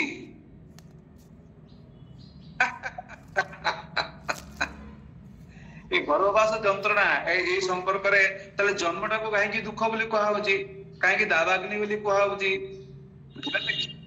लोक माने कहंतु लोक माने कोठु कहिबे जणे हतो के कहबो अरे बाप रे बाप ए कपिल मुनि तृतीय स्कंध रे ए गर्भवास जंत्रणा संपर्क रे जहा कहिसंती सेटा सुनी लोक मानकर होश उड़ी जीवो जणे ताकू से संपर्क आलोचना करा हो कोन तेणु आपण 2 दिन कहीं आपण जदि बेसी समय नियंते हमर तो किछ असुविधा नाही कारण आपण भी कहउचंती पॉइंट गुडा को भी आसुची अन्य माने मध्ये कहउचंती बुझिबा लागि समस्ते माने चांस पाउचंती समस्ते ए विषय रे मुंडो खेलउचंती बुझिबा लागि सपोज जदि आज आपण प्रवचन देथांते मु जदि योगदान न करि पाथांता आपण भल लागि थांता ना प्रभु सेति पई तो बसी थिले समस्त आपण केतोळे आसीबे हां मु कोन ना मु 5टा समय रे मु प्रकृत पक्ष रे मु गली 5टा ना मु प्रकृत पक्ष रे मु गली 5:45 रे गली एते मुते निद लागला जप करथली आज आपण मान साथर कि समय आज्ञा आज्ञा बुझले कि तार मु आउट थोड़ी पाले नहीं मुकले ना आडी सोई पड़े कारण डेक्टर हमारे उठी पड़ी जाए तो जहाँ भी होला कहीं कि उठी पड़ी के सब काम गुड़ा करथली जदी हो भगवान को नाम भी करथली गुड़ा करथली बुझिबाले तेणु समस्त कौन करेंगे निजे मुंड मु जमी मुंड खेलु आप प्रवचन दौरान मो ब्रेन मोर ब्रेन टाक फटो आज्ञा आज्ञा ब्रेन फटेबे से भी किसी योगदान करेंगे एटा हमर उद्देश्य कृष्ण प्रभु जी कृष्ण एटा टिके गोटे बुझेलानी प्रभु जी टिके मु टिके जानिबे आपन पाखरु टिके एटा ए जे मो महाप्रभु 12 वर्ष काल तो जे पुरी रे रहिले केवल ये आपनकर कौन तो कर्णामृत शुल्क बा गान कले कि हमर ये कृष्ण कर्ण का करो ना बिल्लो मंगलंकर कृष्ण कर्णामृत आउ जगन्नाथ हमर रामानंद हमर शिक्षाष्टक तापरे ये जो भागवत ये ब्रह्म संगीता ये बारंबार ये करथुले 12 वर्ष काल श्रवण करथुले एवं भक्त सित आनंद पाउथुले ए जे भाग्यमान ए जे कहिजंती एटा मु बुझी पारलिनी प्रभु जी प्रेमा प्रेमा भावित हर्ष हर्षावेग एटी कहले भगवान ए जो माने भाग्यवान व्यक्तिगण ही श्री गौरचंद्रंकर प्रेमा भावित हर्ष आउ गोटे हूँ ईर्षा आउ गोटे हूँ उद्वेग एवं दैन्य और आरती मिश्रित विलास निवेशन करते ईर्षाटा कौन कौन ना ऐसे प्रेम भितरे नाना प्रकार भाव था जोटा कि भक्ति रसामृत सिंधु रे वर्णना कराई भिन्न भिन्न नायिका मानकर जिते केमती भगवान जमी अनेक समय कृष्ण को गाड़ी चैतन्य महाप्रभु कृष्ण को गाड़ी टकाए निगिला नारी मोरा गोहत्याकारी भी प्रेम गोटे कथा ईर्षा करवा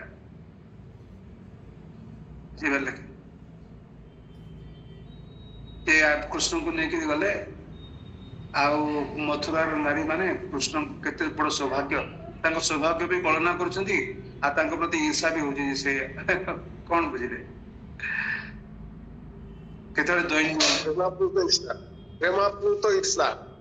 प्रेमात्मक ईर्षा नाना प्रकार सब रही खूब उच्च जिन भाई मुझे विषय विशेष किसी प्रवेश करना मोर क्वालिफिकेशन नहीं संपर्क रे तबे बहुत सुंदर प्रभु जी हमें जानि परछु प्रभु जी आपण तो भावावेश रे अछंती आपण तो माने जानिबा मु एटा पढितिली चैतन्य चरितामृत रे चैतन्य चरितामृत हर्ष हर्षद बेगई दन्नै रूपा एडी सुलगडी कुआई राइट बुझिबले मु थरे आपण मान को पाखरे दशम दशा संपर्क रे आलोचना करथि जगन्नाथ कथा कहला आज्ञा जे चिंता जागर क्षण शरीर मलिनांगता प्रलाप मृत्यु चिंता सब जिन गुड़ाक दशम दशा रही तो 10टा दशा कथा कहुई किंतु भक्ति रसामृत सिंधु रे आप जो पढ़े आहरी डिटेल अच्छी तो सेटा कौन हो ना आपण जिते भक्ति शास्त्री करुँच भक्ति वैभव कर चैप्टर पढ़ा 19टा चैप्टर पढ़ा आगुड़ा पढ़ा हुए कि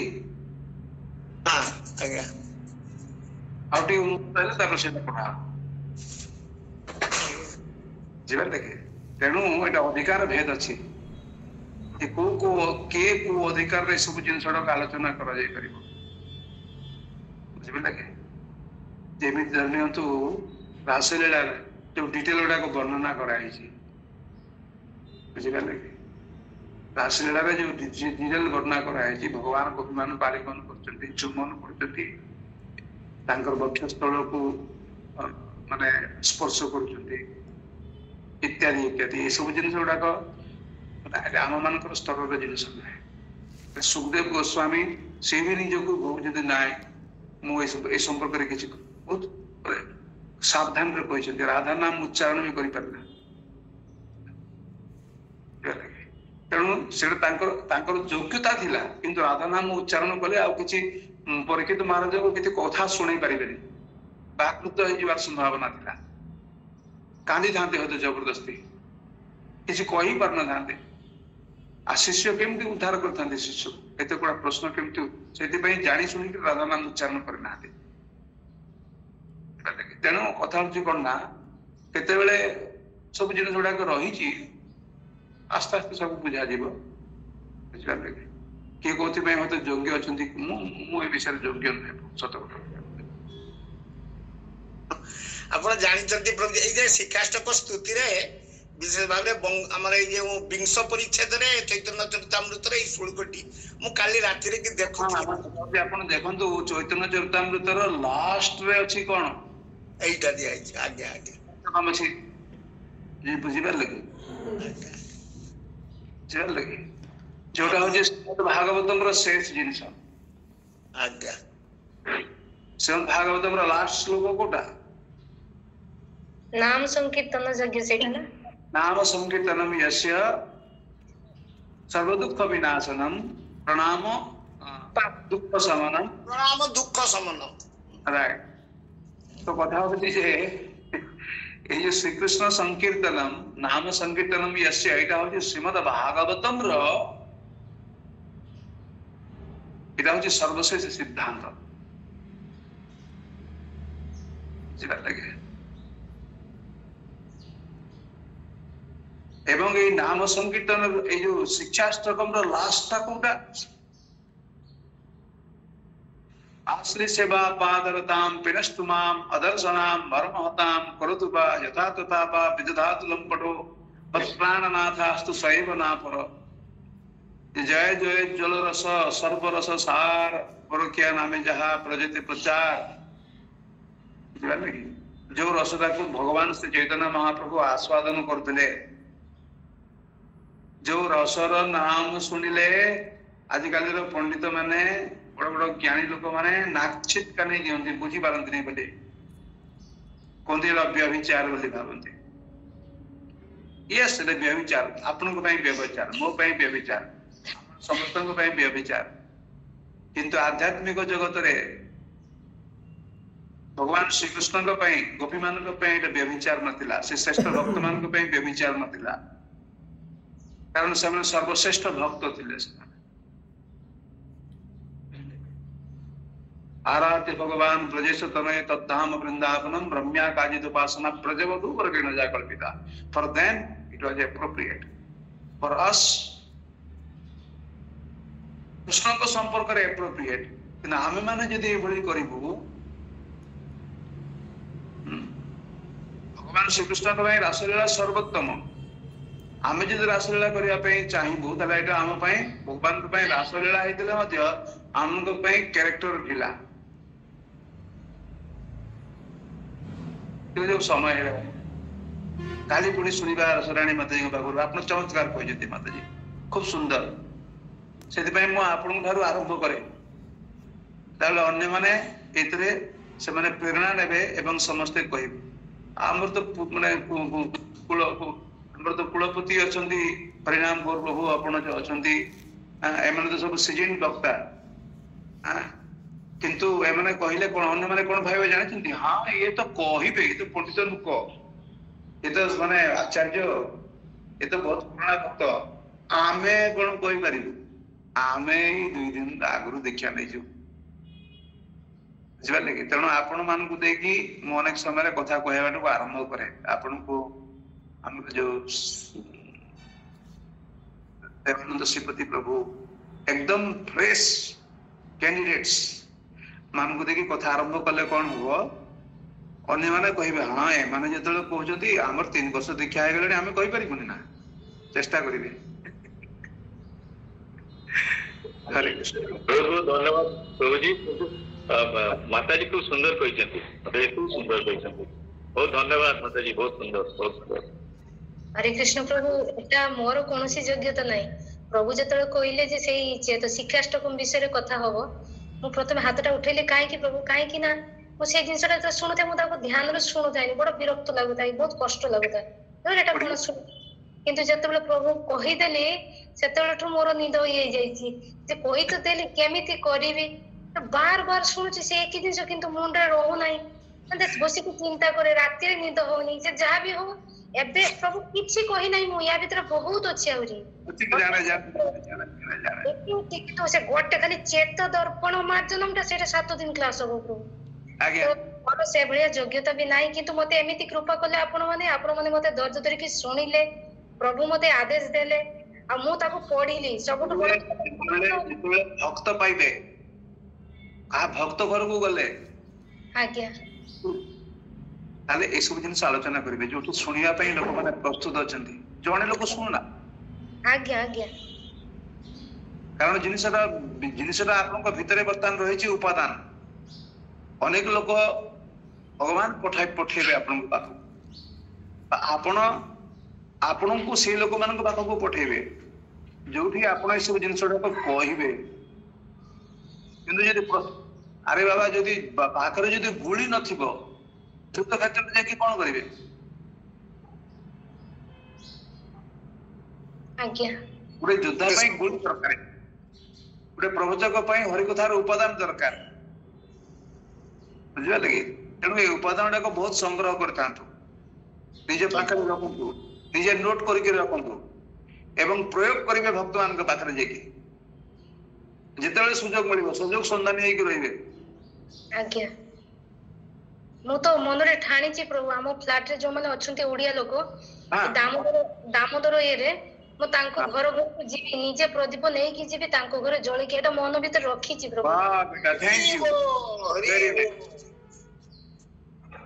तमने जा भाबो किछ नले टिके सूजी बने दे कि जीवी सेठी 4-6 जन को घरे बसीबे समय कम रहउची तणु या परे परे मते पुनी ए कार्तिक व्रत पई माने पूरा इनफॉरमेशन देवार अछि आपन मान को प्रस्तुत करिवार अछि तेनु बेसी दिन लंबाई दे परिबेनी ठीक अछि आपन 2 दिन क्लास दियंतु बा गुटे दिन आपन माने तारे भीतर 3 दिन क्लास दियंतु किछ असुविधा नाही किंतु कथा हो जे लोक मान को मते सुयोग देबे लोक मान को पचारिवे आज्ञा आज्ञा बोलबे नाम धर के पचार आज्ञा आज्ञा प्रभु निश्चय प्रभु प्रभु जावडे माता जी बहुत दिन संग्रह करछंती पूजा चेष्टा करूछंती हमको बहुत भल लागुची विभिन्न जिंस को संग्रह करिके सुंदर भाव उपस्थापन करि परछंती तेणु आम समस्त तरफ आमे आपन को धन्यवाद ज्ञापन करूछु जेमिति आपन चेष्टा करंतु एमिति संग्रह करंतु मझे मझे हमको टिके एमिति सुनांतु आपन भी अच्छी वस्तु सुनिबु बहुत सुंदर एटा होची कोन प्रभु एटा होची एटा भागवत प्रवचन में कहि दउ गूगल मीट रो उद्देश्य प्रवचन नुहे एटा भागवतम क्लास आज्ञा क्लास माने ए क्लास ता इंटरेक्टिव हबो अन्य माने योगदान करिवे प्रश्न हबो उत्तर हबो बुझिबा देखि एबळी भाव रे कोन हबो ना भागवत रो मंथन हबो आज्ञा हरे कृष्ण आप माने आज समय गेलानी प्लीज रखंतु नले मते अमूल्य प्रभु एवं माता जी मते गाड़ी दउथबे कहा सामने रे कोनांती भद्रता दृष्टि हरे कृष्ण प्रभु आ गोटे मझिर रही जे गोवर्धन पूजा प्रभु जी भूलिबेनी प्रभु जी हरे कृष्ण के कहजंती प्रभु जी भक्त प्राण कहजी प्रभु अच्छा ठीक ठीक अछि आपन को गोवर्धन पूजा संपर्क रे कहया पड़ी आपन प्रस्तुत रही था हरि बोल हमें सुनिबो प्रभु हमें सुनिबो बहुत सुंदर कहंती एत लॉजिकल जिंस दे कहंती माने मते बहुत भल लागे तांको कथा सुनिया पाए आमे प्रभु बहुत शिखिबो प्रभु हम प्रथम शिखांतु प्रभु गत वर्ष कंकारी मंदिर रे मु गोवर्धन पूजा रे थिली आज्ञा एवं हमें से दिन रात रे नाटक कर आज्ञा और लक्ष्मी माता जी कहबे तेरो गोवर्धन पूजा पय नाटक प्रस्तुत करे अनेक जिंस करिवार अछि आपण माने प्रस्तुत थांतु अनेक अमृत अपेक्षा करि रहि छी आपण मान पय हरे कृष्ण। प्रभु जी आपण जो वृंदा आमर जो मायापुर रे की करूतले जो महाराज एबे प्रकट ही जायजंती वृंदावन रो आसुतले आपण भागवत आया जोटा कि सन्यास माने बसी की हमर इस्कन रे हमर सन्यास माने बसी आगो थाली रे श्रवण करूतले भक्ति पुरुषोत्तम स्वामी महाराज मु लक्ष्य करूतली प्रभु जी सब महाराज माने बसुतले ब्रह्मचारी माने एवं गृहस्थ मानको भक्त मानको भी आनी के आपण करूतले सेठी महाराज ए जे शिक्षाष्टकर ए प्रथम शुल्कटी तांकर कैसेट हे जे 8टा माने 8टी शुल्कर से तांकर कैसेट हेतिला आपण पाखरे अछि सेई कैसेटटा पाउ नाही प्रभु जी हमरो मु आनी थिली प्रभु जी सेटा मु दुर्भाग्यवशत कोउटी पाउ नाही सेई कैसेट मु भी पाउ नाही मु आज खोजुतली पाउ नाही हां ए कैसेट पाउ नाही प्रभु जी ओ सुंदर भाबरे आज्ञा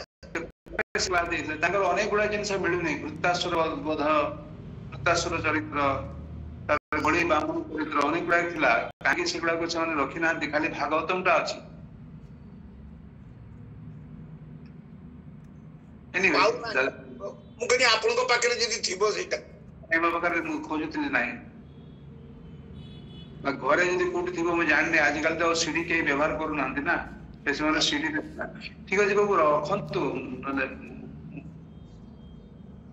कारण देरी हो जाଉଛି हरि बोल हरे कृष्ण कृष्ण कृष्ण कृष्ण हरे हरे हरे राम राम हरे हरे हरे कृष्ण हरे राम हरे कृष्ण कृष्ण कृष्ण हरे हरे राम हरे राम राम